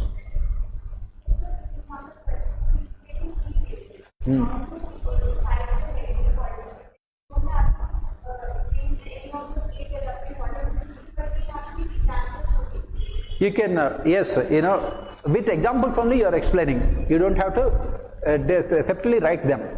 With examples only you are explaining. For example, gender dimension of growth. Give the examples from India. Only 27% of women are part of the labor force. Like that. Headings, basically, you start your answer as well as always talk about this why aspect of the question. Why do we need development or growth? Why do we need development or growth? The only thing that is constant in this world is change. And the change should always be for better. And that is possible with development. Okay. Next question. ZBB, zero-based budgeting, is based on program efficiency than on past budget history. In this light, examine the advantage of ZBB over traditional budgeting. We have discussed these things very recently also in our class. As we have mentioned, as part of zero-based budgeting, the first thing we have said is that let us forget about what happened in the past. Last year we have given Agriculture Ministry 50,000 crores. Forget about what we have given to you, what you have done. Past is past and nothing, it cannot be changed. Let us start from the base of zero, fresh, and explain clearly in detailed manner the reasons why you want allocations for a particular program. And that is where we said that ZBB has so many advantages. What are the advantages of ZBB that we have discussed in our class also? So many advantages. First and foremost, it will help the government to reduce its expenditures. Through ZBB, we can apply sunset legislation to various programs. Third advantage is that the what you call flagship schemes of the government can get more money because of the closing down of insignificant unwanted programs. Fourth, the fiscal deficit and revenue deficit of the government will always come down with the introduction of ZBB. Fifth, we have mentioned that since the deficit and expenditure are coming down, the government can also reduce the taxes. One of the important reasons why the government is imposing so many taxes is because the government always says that they are implementing so many welfare schemes. And sixth, when the government is reducing the taxes, the real income in the hands of the people will always go up. These are all the advantages of ZBB we have mentioned.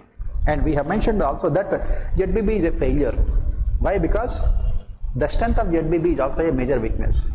ZBB can be useful for programming budgets. That is, those budgets which are formulated at the lowest level in local self-governments, wherein the monies are allocated on the basis of the programs. Whereas at the national level, the monies are allocated not on the basis of programs but on the basis of policies. And policies are determined on the basis of politics. That is where ZBB has been a failure, we have mentioned. You have to write all these things. Next, public policy making is an effort. Public policy making is an effort to apply the methods of political analysis to policy areas, but has also concerns with the process inside the bureaucracy and stakeholders. Discuss. Again, the same question we are talking about in almost every question. The same thing that we are talking about. Right? As we said, public policy making always begins and ends with politics. Public policy is what politics is all about. That is what we keep on saying. But, they have to take into consideration the implementational aspects. What is the point of coming out with the best of the policies when they cannot be implemented at the ground level? That is where the problem. That is the reason why it has concerns with processes inside the bureaucracy and stakeholders. So, discuss. So, what are the problems here? As we have mentioned, the most important reason why we have seen the failure of public policies is in terms of implementation. The reason why they are a failure is because of implementation. And who are responsible for implementation? Bureaucracy. And we are now adopting what is called multi-actor paradigm model in implementation. Multi-actor paradigm model means we are talking about the bureaucracy, we are talking about the private sector markets, we are talking about civil society organizations and NGOs, we are talking about social audit committees, we are talking about these public-private partnerships, and we are talking about pressure groups. All of them are part of the stakeholders. So when you are coming out with a policy by taking into consideration only the politics, then the policy is inevitably going to be a failure. Why? Because the stakeholders and the bureaucracy might be opposing it. Give the examples here. For example, e-governance. E-governance is a good policy, but there is so much of opposition to e-governance from bureaucracy because they felt that they would be losing their jobs.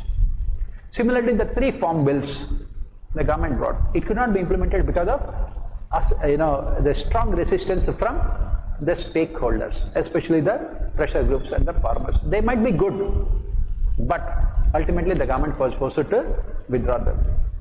And give other examples of public policies wherein politically beneficial and stakeholders also have favored them. DBTs, direct benefit transfers. But these DBTs have economic consequences. They are politically good. The stakeholders are also fine with it, but it is resulting in only the states and the central government getting into a situation of debt trap. Right? It might be good for all the people, but it may not be good from the point of view of the country as a whole, from the long-term perspective also. Similarly, take the case of policies related to environment, protection of the ecological systems. The government has brought policies that would be benefiting the industrial sector, but it can have negative consequences for the country as a whole in the long term, because you are giving this forest conservation laws, recent amendments made by the government. It might be beneficial immediately, but in the long term it can have negative consequences also. Similarly, give the examples of other populistic policies that the governments are implementing. They might be good from the point of view of the political executive. They can be difficult in terms of implementation for bureaucracy. For example, identifying the beneficiaries under Food Security Act. Food Security Act, the government says that 67% of our population is getting food grains. But according to the same statistics of the government, only 11 or 14% of the population is living below poverty line. Why are we providing so much of almost 50% of the people those food grains, 55% who do not deserve them? Because it is mostly politics. So mostly all these things, at the end of the day, what is the problem here? At the end of the day, ultimately it is a political populism that dominates in public policy formulation. And what is the solution we have mentioned? We mentioned a strategic planning paradigm, a combination of incrementalist paradigm as well as rationalist paradigm. That is what you have to write. Next question. In career advancement, civil servants are necessitated to political superiors, and hence the phenomena poses challenges to civil services neutrality. Comment. That is what the problem yesterday also we have mentioned. Their transfers, their promotions, their postings, their suspensions, their removals, all of them are in the hands of politicians in their career advancement. Under these circumstances, is it possible to ensure civil services neutrality? On the other hand, as we may discuss, from 1970s onwards, political executive openly demanded what is called committed bureaucracy. When the then Prime Minister gave a call for a committed bureaucracy, she was asking the bureaucracy to be committed to the political ideology of the ruling political party in power, but not to the ideals of the Constitution. Paul Appleby, one of the most important administrative thinkers, he spoke about political neutrality of civil servants. But he said that there can be commitment to the programs of the government. As a civil servant, you are expected to provide unbiased, meritorious, rational, impartial suggestions to the political executive in matters related to policy formulation. That is where neutrality becomes very important. Once this is done, political executive has the right to take policy decisions. Once they take the policy decisions, you must show full commitment to those policy decisions. If the policy decision taken by the political executive is contrary to what you have suggested, You cannot say that I will not implement the policy because you have not accepted my suggestions. Because bureaucracy, these staff organizations have only advisory power. That is why Paul Appleby has spoken about this, political neutrality and policy commitment. But in reality, we don't have this kind of balanced polity. As Max Weber, he spoke about unbalanced polity in the form of bureaucratization of polity, whereas Fredericks spoke about another dimension of unbalanced polity in the form of politicization of bureaucracy. And according to Riggs, in prismatic societies, we have the later politicization of bureaucracy. Why? Because all their career-related aspects are in the hands of the political executive. Their promotions, their transfers, their postings, their suspensions, their removals, everything is in the hands of the political executive. Under these circumstances, is it possible for civil servants to maintain neutrality? And as we mentioned yesterday also in our class, this kind of disease has spread to the state level also, politicization of civil services after 1990s, when regional political parties had come to power at the state level. Everywhere, whatever may be the political party, they always demand complete commitment on the part of bureaucracy. And only those committed bureaucrats are given promotions. In recent past, what we are witnessing is another dangerous phenomenon. Is these committed bureaucrats, civil servants, are given post-retirement positions also. Cabinet Secretary was given 3 extensions. Enforcement Director was given 4 extensions. Secretaries are given extensions because they were committed to the ruling political party. Another example of a politicization of our civil services.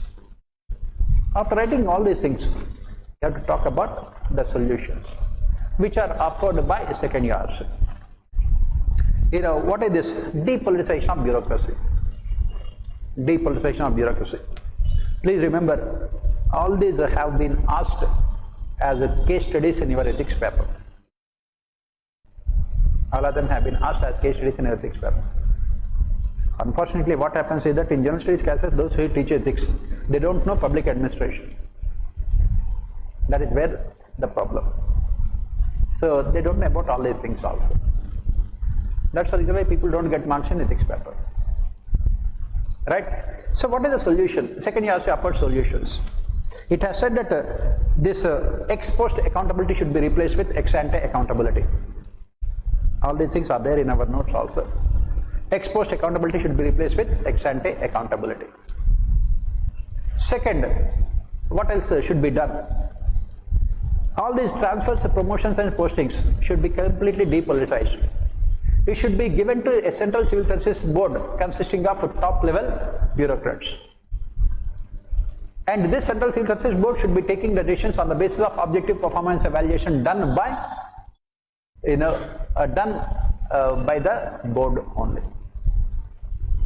Objective performance evaluation on the basis of the recommendations made by Surendranath committee also. How this performance evaluation should be done, so that there is no scope for politicization of civil services. Yesterday we have discussed a question about police reforms. That is what one of the recommendations of the Supreme Court also, establishment of setting up of police establishment board that would decide the transfer, posting, promotions of police officers. But again, unfortunately, none of the recommendations are implemented. They are implemented only in letter but not in spirit. In a state like Maharashtra, what they have done, police establishment board was there. It consisted of the most committed police officers of the government. And what the government will do, the Home Minister, this is what they have done in reality.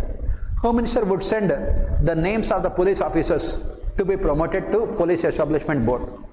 And then police establishment board would recommend in turn the same names to the Home Minister. That is what they have done. That is how our politicians, they know how to manipulate the things. And they have sent the same names, and the Home Minister have promoted them on the basis of the recommendations made by Police Establishment Board. We also have at this point of time Central Civil Services Board. But again, Central Civil Services Board recommends the names to the, we have a appointments committee in the central government headed by the Prime Minister. And this appointments committee will send the names to the Central Civil Services Board, and Central Civil Services Board in turn recommend the names.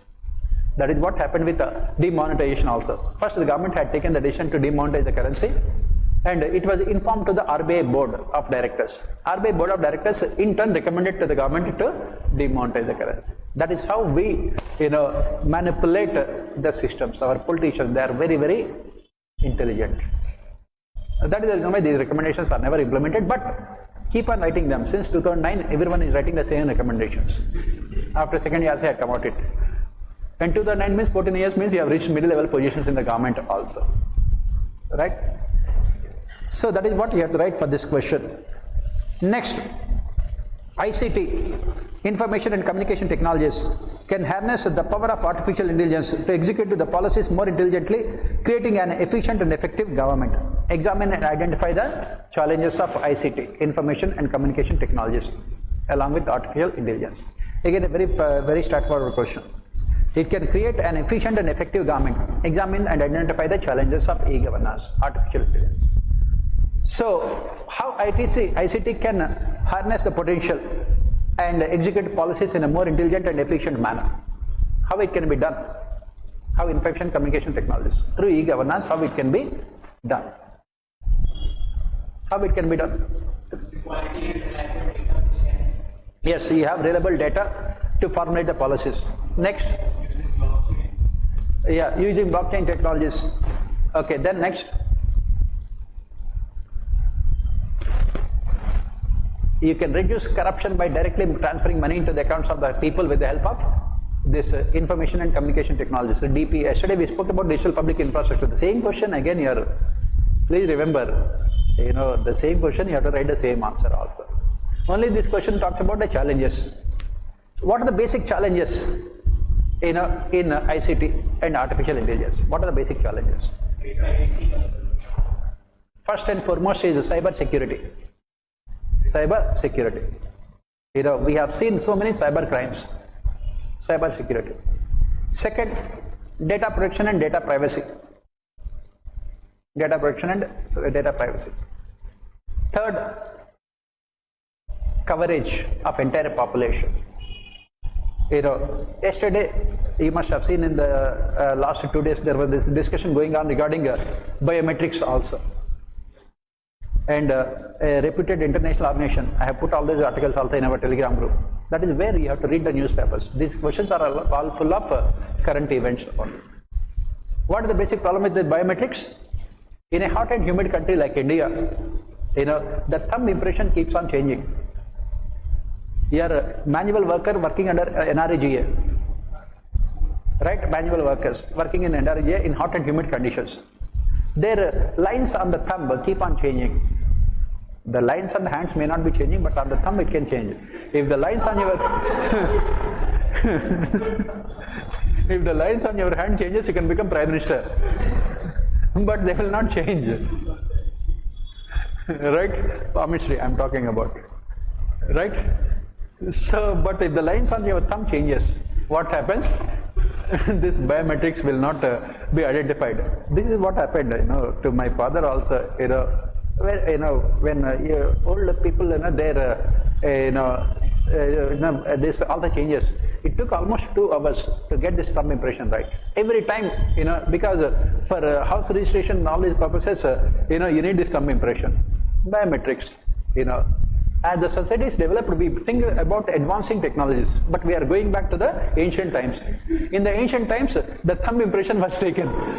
Then we used to have signature and everything. Now we are going back to thumb impression only. The more technologically advanced societies, the more you are going back to the ancient times. That is what we study. We say, the more the things change, the more they remain the same. In the good old days, it was only thumb impression. Now, again thumb impression. In between, we have ICT, artificial intelligence, and so many things also.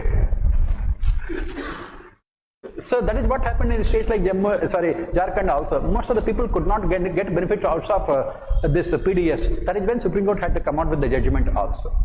They said that Aadhaar is necessary but cannot be mandatory for them to receive the food grains. Even without Aadhaar also they should be given, because it has so many limitations.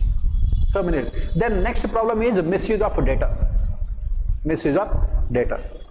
Next problem is we don't have the infrastructure, digital infrastructure. For example, how many villages have a continuous electricity? 24-hour electricity. Take the case of GST. GST has only benefited rich, big industrialists, but not the small farmer, small businessmen in the villages. Because they don't know how to file GST returns, because GST returns have to be filed only online.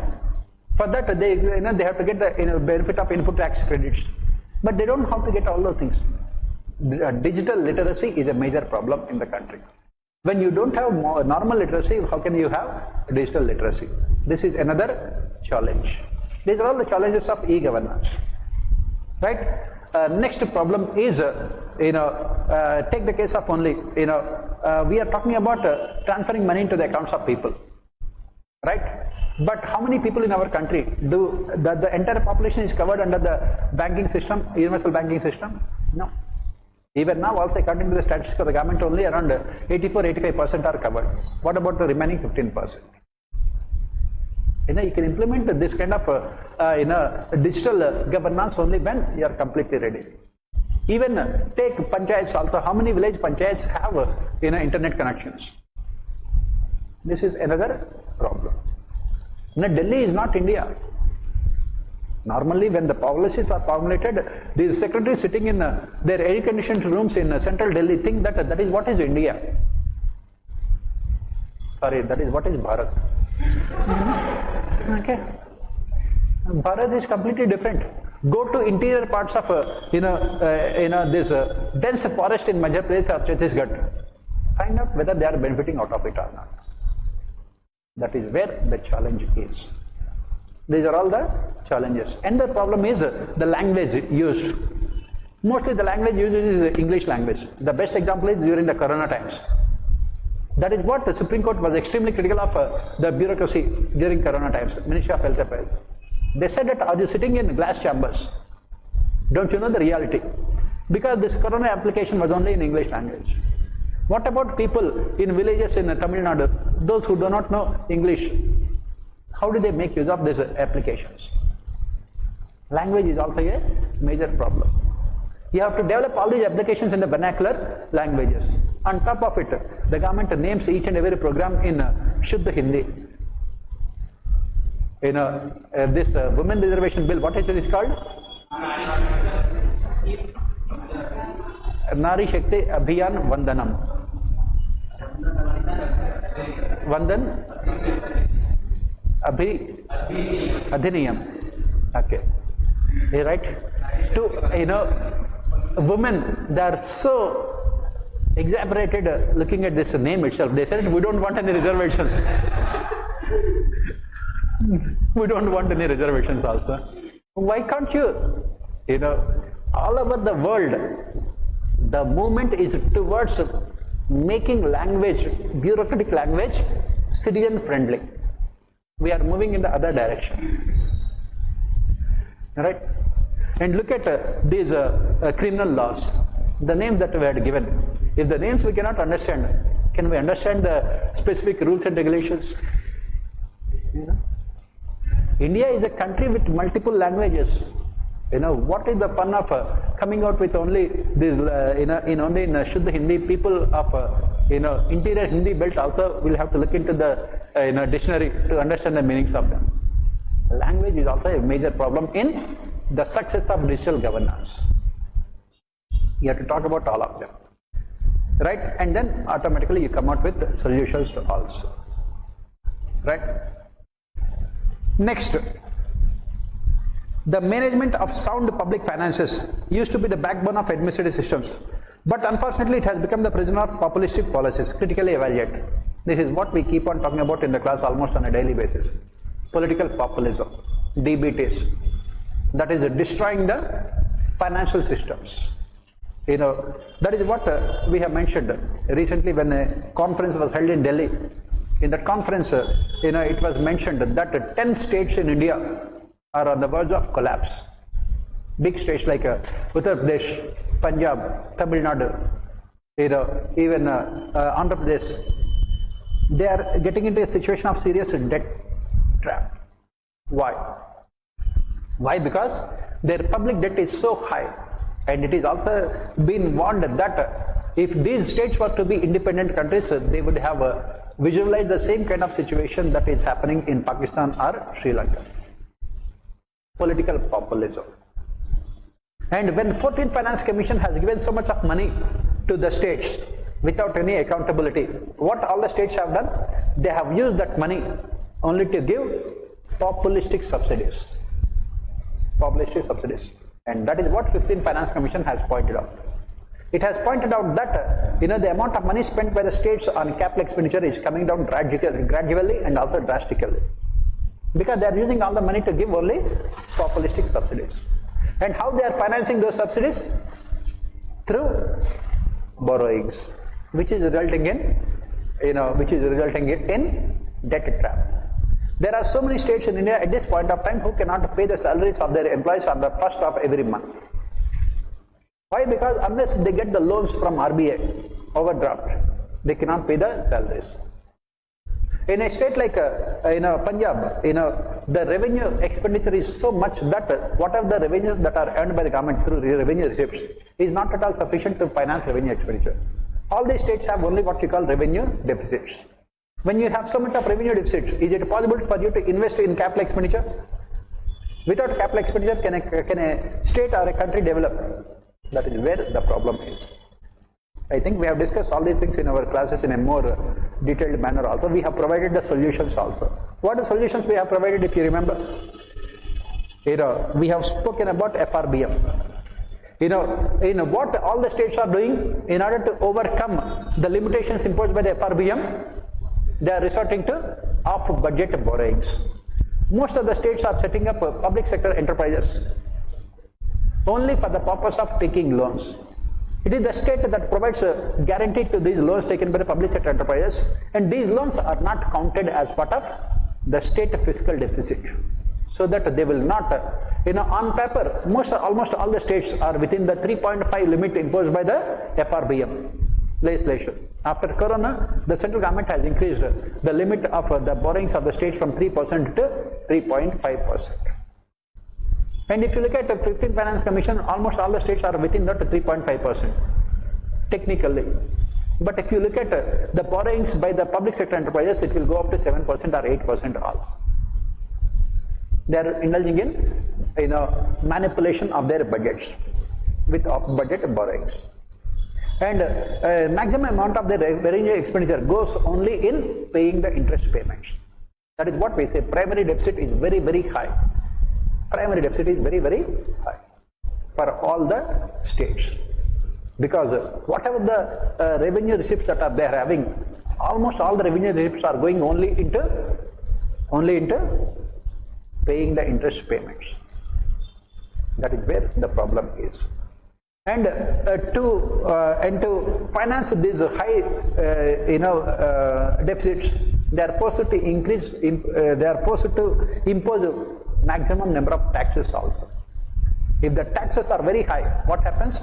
It will adversely impact the economic activity. GST rates in India are very high. Not only that, the states are imposing huge amount of taxes on petroleum products. Those states which have a huge amount of deficits are the ones which are also imposing huge amount of taxes on petroleum products, state VAT. Because of which cost of production will go up and the prices will go up and inflation also will be very high. Ultimately, it adversely impacts the people also. And what is the solution? As we have mentioned, first we must make changes to budgets.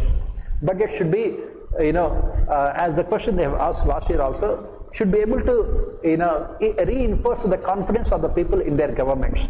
Right now, the basic problem with the budgets is that they are full of secrecy and manipulation.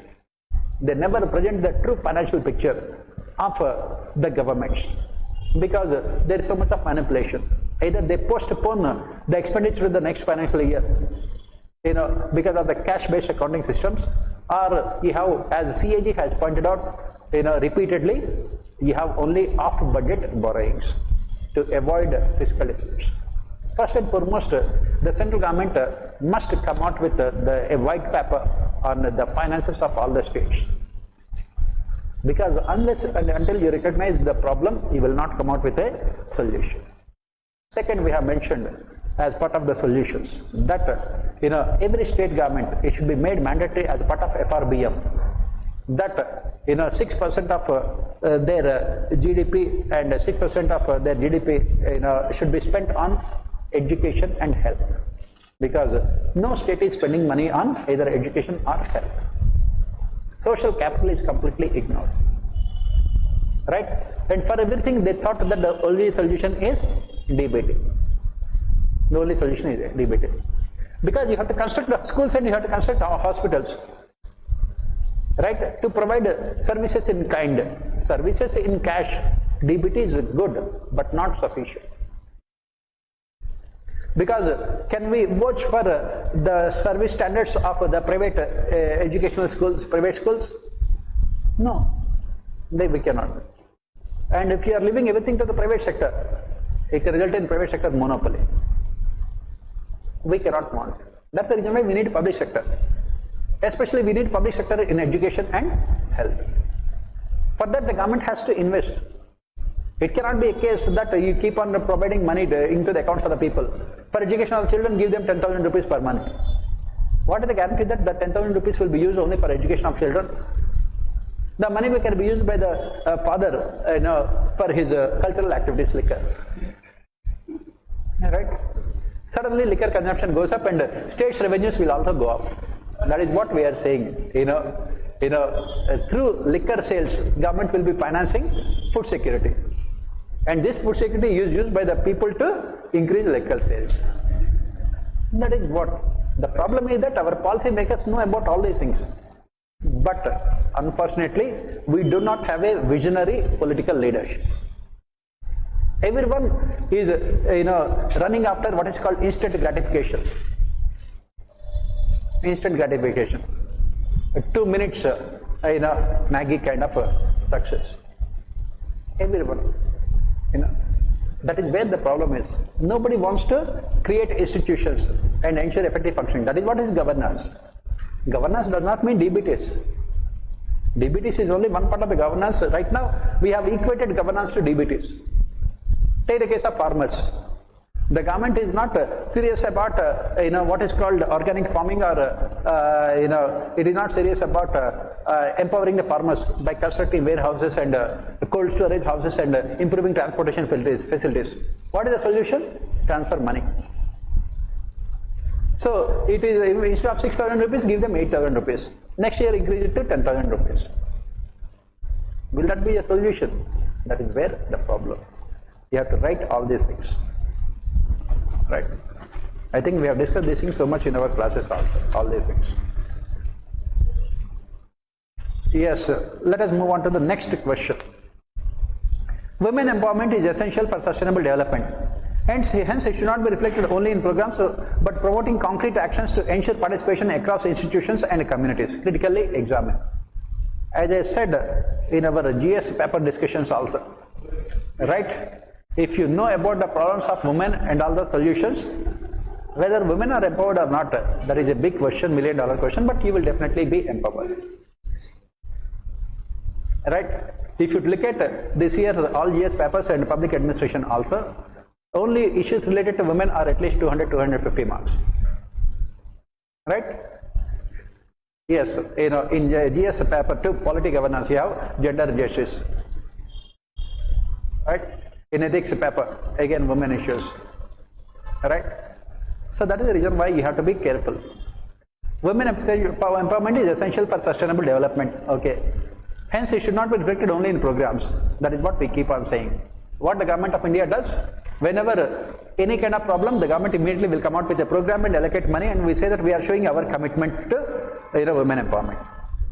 But promoting concrete actions to ensure the participation across institutions and communities. How?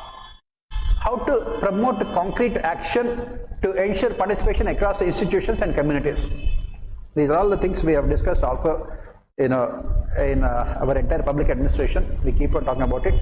What should the government do to ensure empowerment of women apart from implementing the schemes? So what should be done? What should be done? As I said, you have to start from the basics.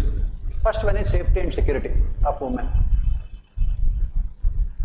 Safety and security of women. Both within the household, also at the workplace. We must ensure safety and security of women. It always starts with, any other empowerment starts with safety and security of women. The government has come out with a legislation on the basis of Supreme Court judgment in Vishaka. But is it being implemented?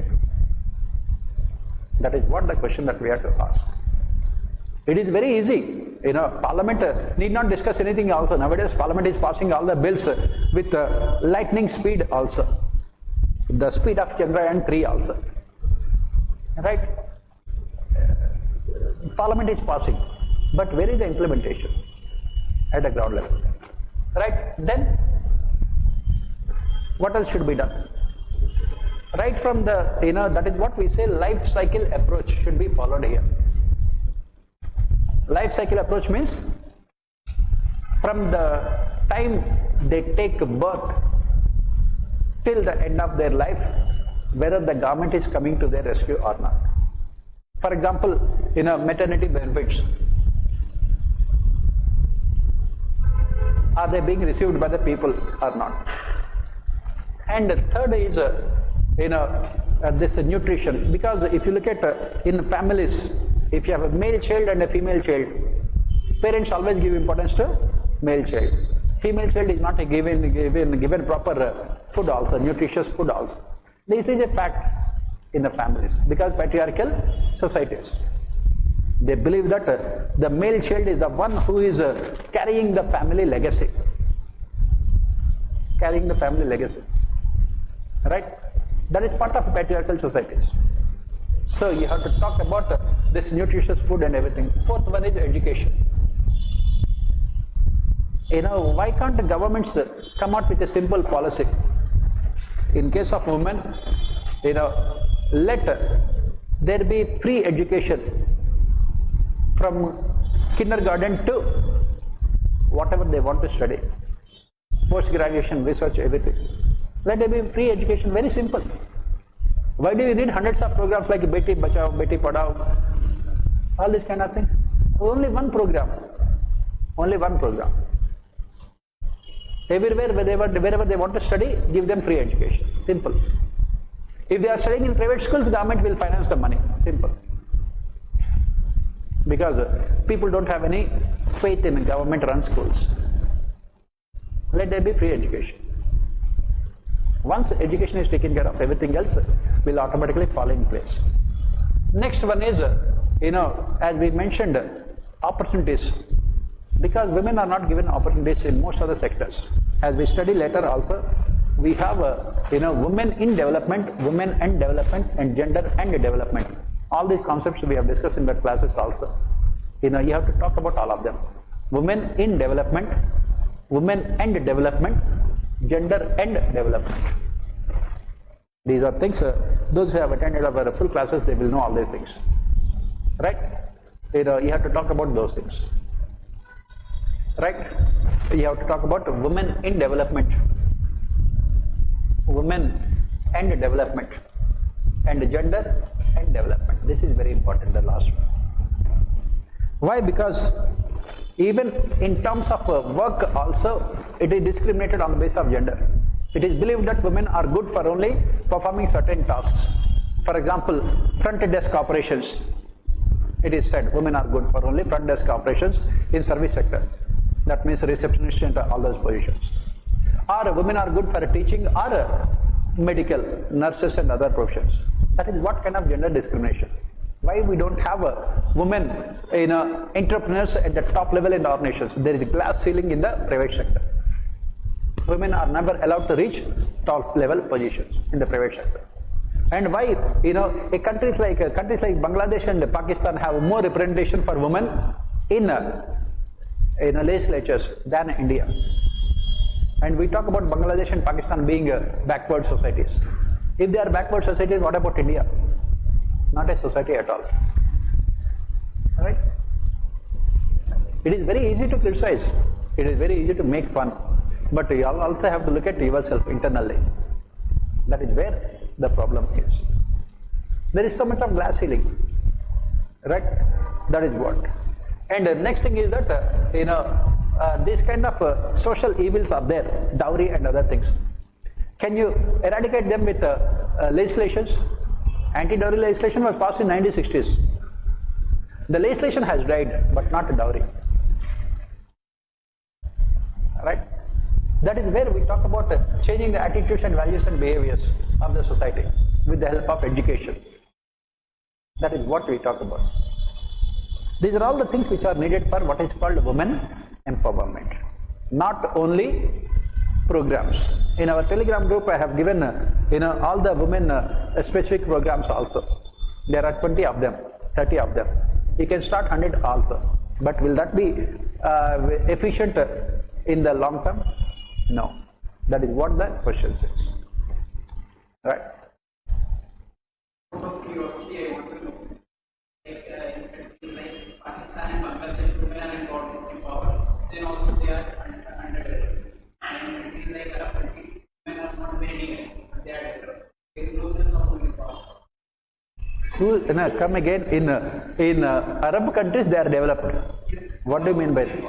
Huh? They are not many rights. Please remember, Arab countries are developed not because of their hard work or sincerity or commitment. They are developed because they have huge amount of petrol oil reserves. If Bihar also has the same kind of oil reserves, Bihar would also become Dubai. Simple. Bihar was only land, agricultural land. If instead of, after digging the land for 10 feet, if they also get petrol, they will also become developed. The Arab countries are not developed because of their hard work or anything like that. They are developed because they have these petroleum reserves. That's it. Crude oil, nothing else. So, right. Yes, I like these kind of questions, of course. Right. Next, training is not a short affair. Rather than it is a step-by-step process of developing skills, habits, knowledge and aptitude. Elucidate. Again, every year, as I keep on saying, the questions on training will be asked by UPSC in both paper 1 and paper 2. In paper 2 also we have the question about district level training. Right? We say that the training in India is a failure because it is only an ad hoc process. Ad hoc. It is not a continuous activity. And training is given mostly to the people who do not deserve them or who do not require them. And mostly training is used as an activity to divert the attention, but never a continuous activity. That is where the problem is. That is the reason why second ARC has recommended that training should be made compulsory. Induction training, which is compulsory. And what is the problem with this induction training also, as we study? As part of induction training, all the civil servants must be undergoing training in Labasna, Lal Bahadur Shastri National Academy of Administration, around 3.5 months of training, where all these services people should undergo training. And what happens there? Almost 70-80% of them will not take training because all of them will be writing the examination next year. For example, only those who get into IAS and IFS cannot take the UPSC examination again. For example, you are getting into IAS, you are getting a cadre which you do not want, you do not like. Can you take the examination again? No. You have to resign from IAS and then take the examination and get a much worse cadre. Right? Right. IFS, foreign service, if you are getting into it, you cannot take the examination again. You have to compulsory resign. Rest of the services you can always take the examination. What is happening is that most of them, this foundation course training starts in the month of September, August and September. And the mains of UPSC mains are in the month of September, October. That is the reason why most of them do not join the foundation course. And when will they take the foundation course? After 4 years, 5 years. One of our students got into 2014, took the foundation course last year, 10 years later. Because he has been writing the examination after that only, every year. Right? In his first attempt or second attempt, he got into services. But again, not a good service. So he kept on taking the examination for the next 8 years, because OBCs, they have more number of attempts, 9 years, 9 attempts, OBCs. And after all his 9 attempts are over, he took the foundation course. That is what happens. Pardon? What about his? He will get his salary and everything. Nothing is compulsory. That is the problem here. That is the question also says. You can take your foundation course at the time of your retirement also. No problem. The 3.5 months. That is what second year has recommended, that it should be made mandatory. Similarly, this, as we have discussed also, this second year has also made it mandatory that they should be given training after 12 years, 20 years and 28 years. And it is never given. Because training is always considered as a paid holiday. And it is not compulsory, because to get any promotions in the organization also training is not necessary. That is why the question is asked. It should be a step-by-step process of developing skills, habits, knowledge and aptitude. For example, after 12 years, why the training should be given to you? After 12 years, you will be moving from the field to the secretariat organizations. From 13th years onwards, you will be in the secretariat organizations with the lowest level position on the form of under secretary and deputy secretaries. That requires different kinds of skills. Till now, you are responsible for policy implementation. Now, you will be going into policy formulation. After 20 years, you reach the middle levels in the secretariat organizations. You will have more responsibilities. That is where again training should be given. After 28 years, you will reach the top level, that is secretariat. You will become the secretary. You take 90 secretaries in the government of India, how many of them have undergone training? 0. That is where the problem with the training in India. That is the reason why Secretary has said that it should be made mandatory that promotion should not be given unless they undergo training and they also clear the tests during the training. Since they are not done every year, the same question is asked. And you have to write the same answer every year also. Same answer. Right? As I said, like this person who has written 9 years continuously, he will be writing the same answer. Every year the same question will be asked also. So this is about the question paper. As you can see, the questions are not that much difficult at all, provided you understand the question. And once you understand the question, for example, the question about Cheshire Bernard, the efficiency, equilibrium, once you understand it, you will answer all the questions. Internal motivation and external motivation, or hygiene factors and motivators, two-factor theory, or the questions related to populistic policies and its impact on financial administration. They're all very easy. They're not at all difficult. You can answer almost every question from our class notes. But provided you have attended the classes also, because class notes is only the synopsis. What we discuss in the class is more important. Right? If after 3 hours of classes I will be dictating around, say maybe 2.5 hours, in the class notes it will be only around 7 or 8 pages. But to understand those 7 or 8 pages, you must have the knowledge of those 3 hours of classes. Because in our class we keep on extensively connecting them, every topic to current events. And yesterday's Indian administration paper also you have seen, almost all the questions are related to the political history of the country. Coalition governments, individuals, and then prime ministers, the difference between UK and Indian prime ministers. All of them are mostly political questions. That is the reason why, again, following the classes will be very important. Right?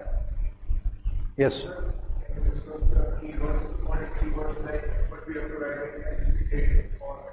That's what I said. Whatever may be the question, discuss, comment, elucidate, critically analyze, examine. For everything, you are writing the same answer. That is, start your answer with a why. What is it? What are the problems? What is the criticism? And what is the solution? What is the solution? Simple. If it is about the thinkers, you end your answer with the contribution of the thinker. Happily criticize the thinker left, right and center, so that he will come out of his grave also, cry, commit suicide and go back. Right? And then towards the end, to satisfy his soul, and with the contribution of the thinker. So don't worry about all these words. Right? And wherever it is possible, interlinking between the thinkers and also linking them to Indian administration. This is also very important. Right? So that is it, and as I said, I will put some material also in our Telegram group. Yesterday I said that I will put some of the important factual information in our Telegram group also. I will be putting it in maybe in the next 1 or 2 days. Right.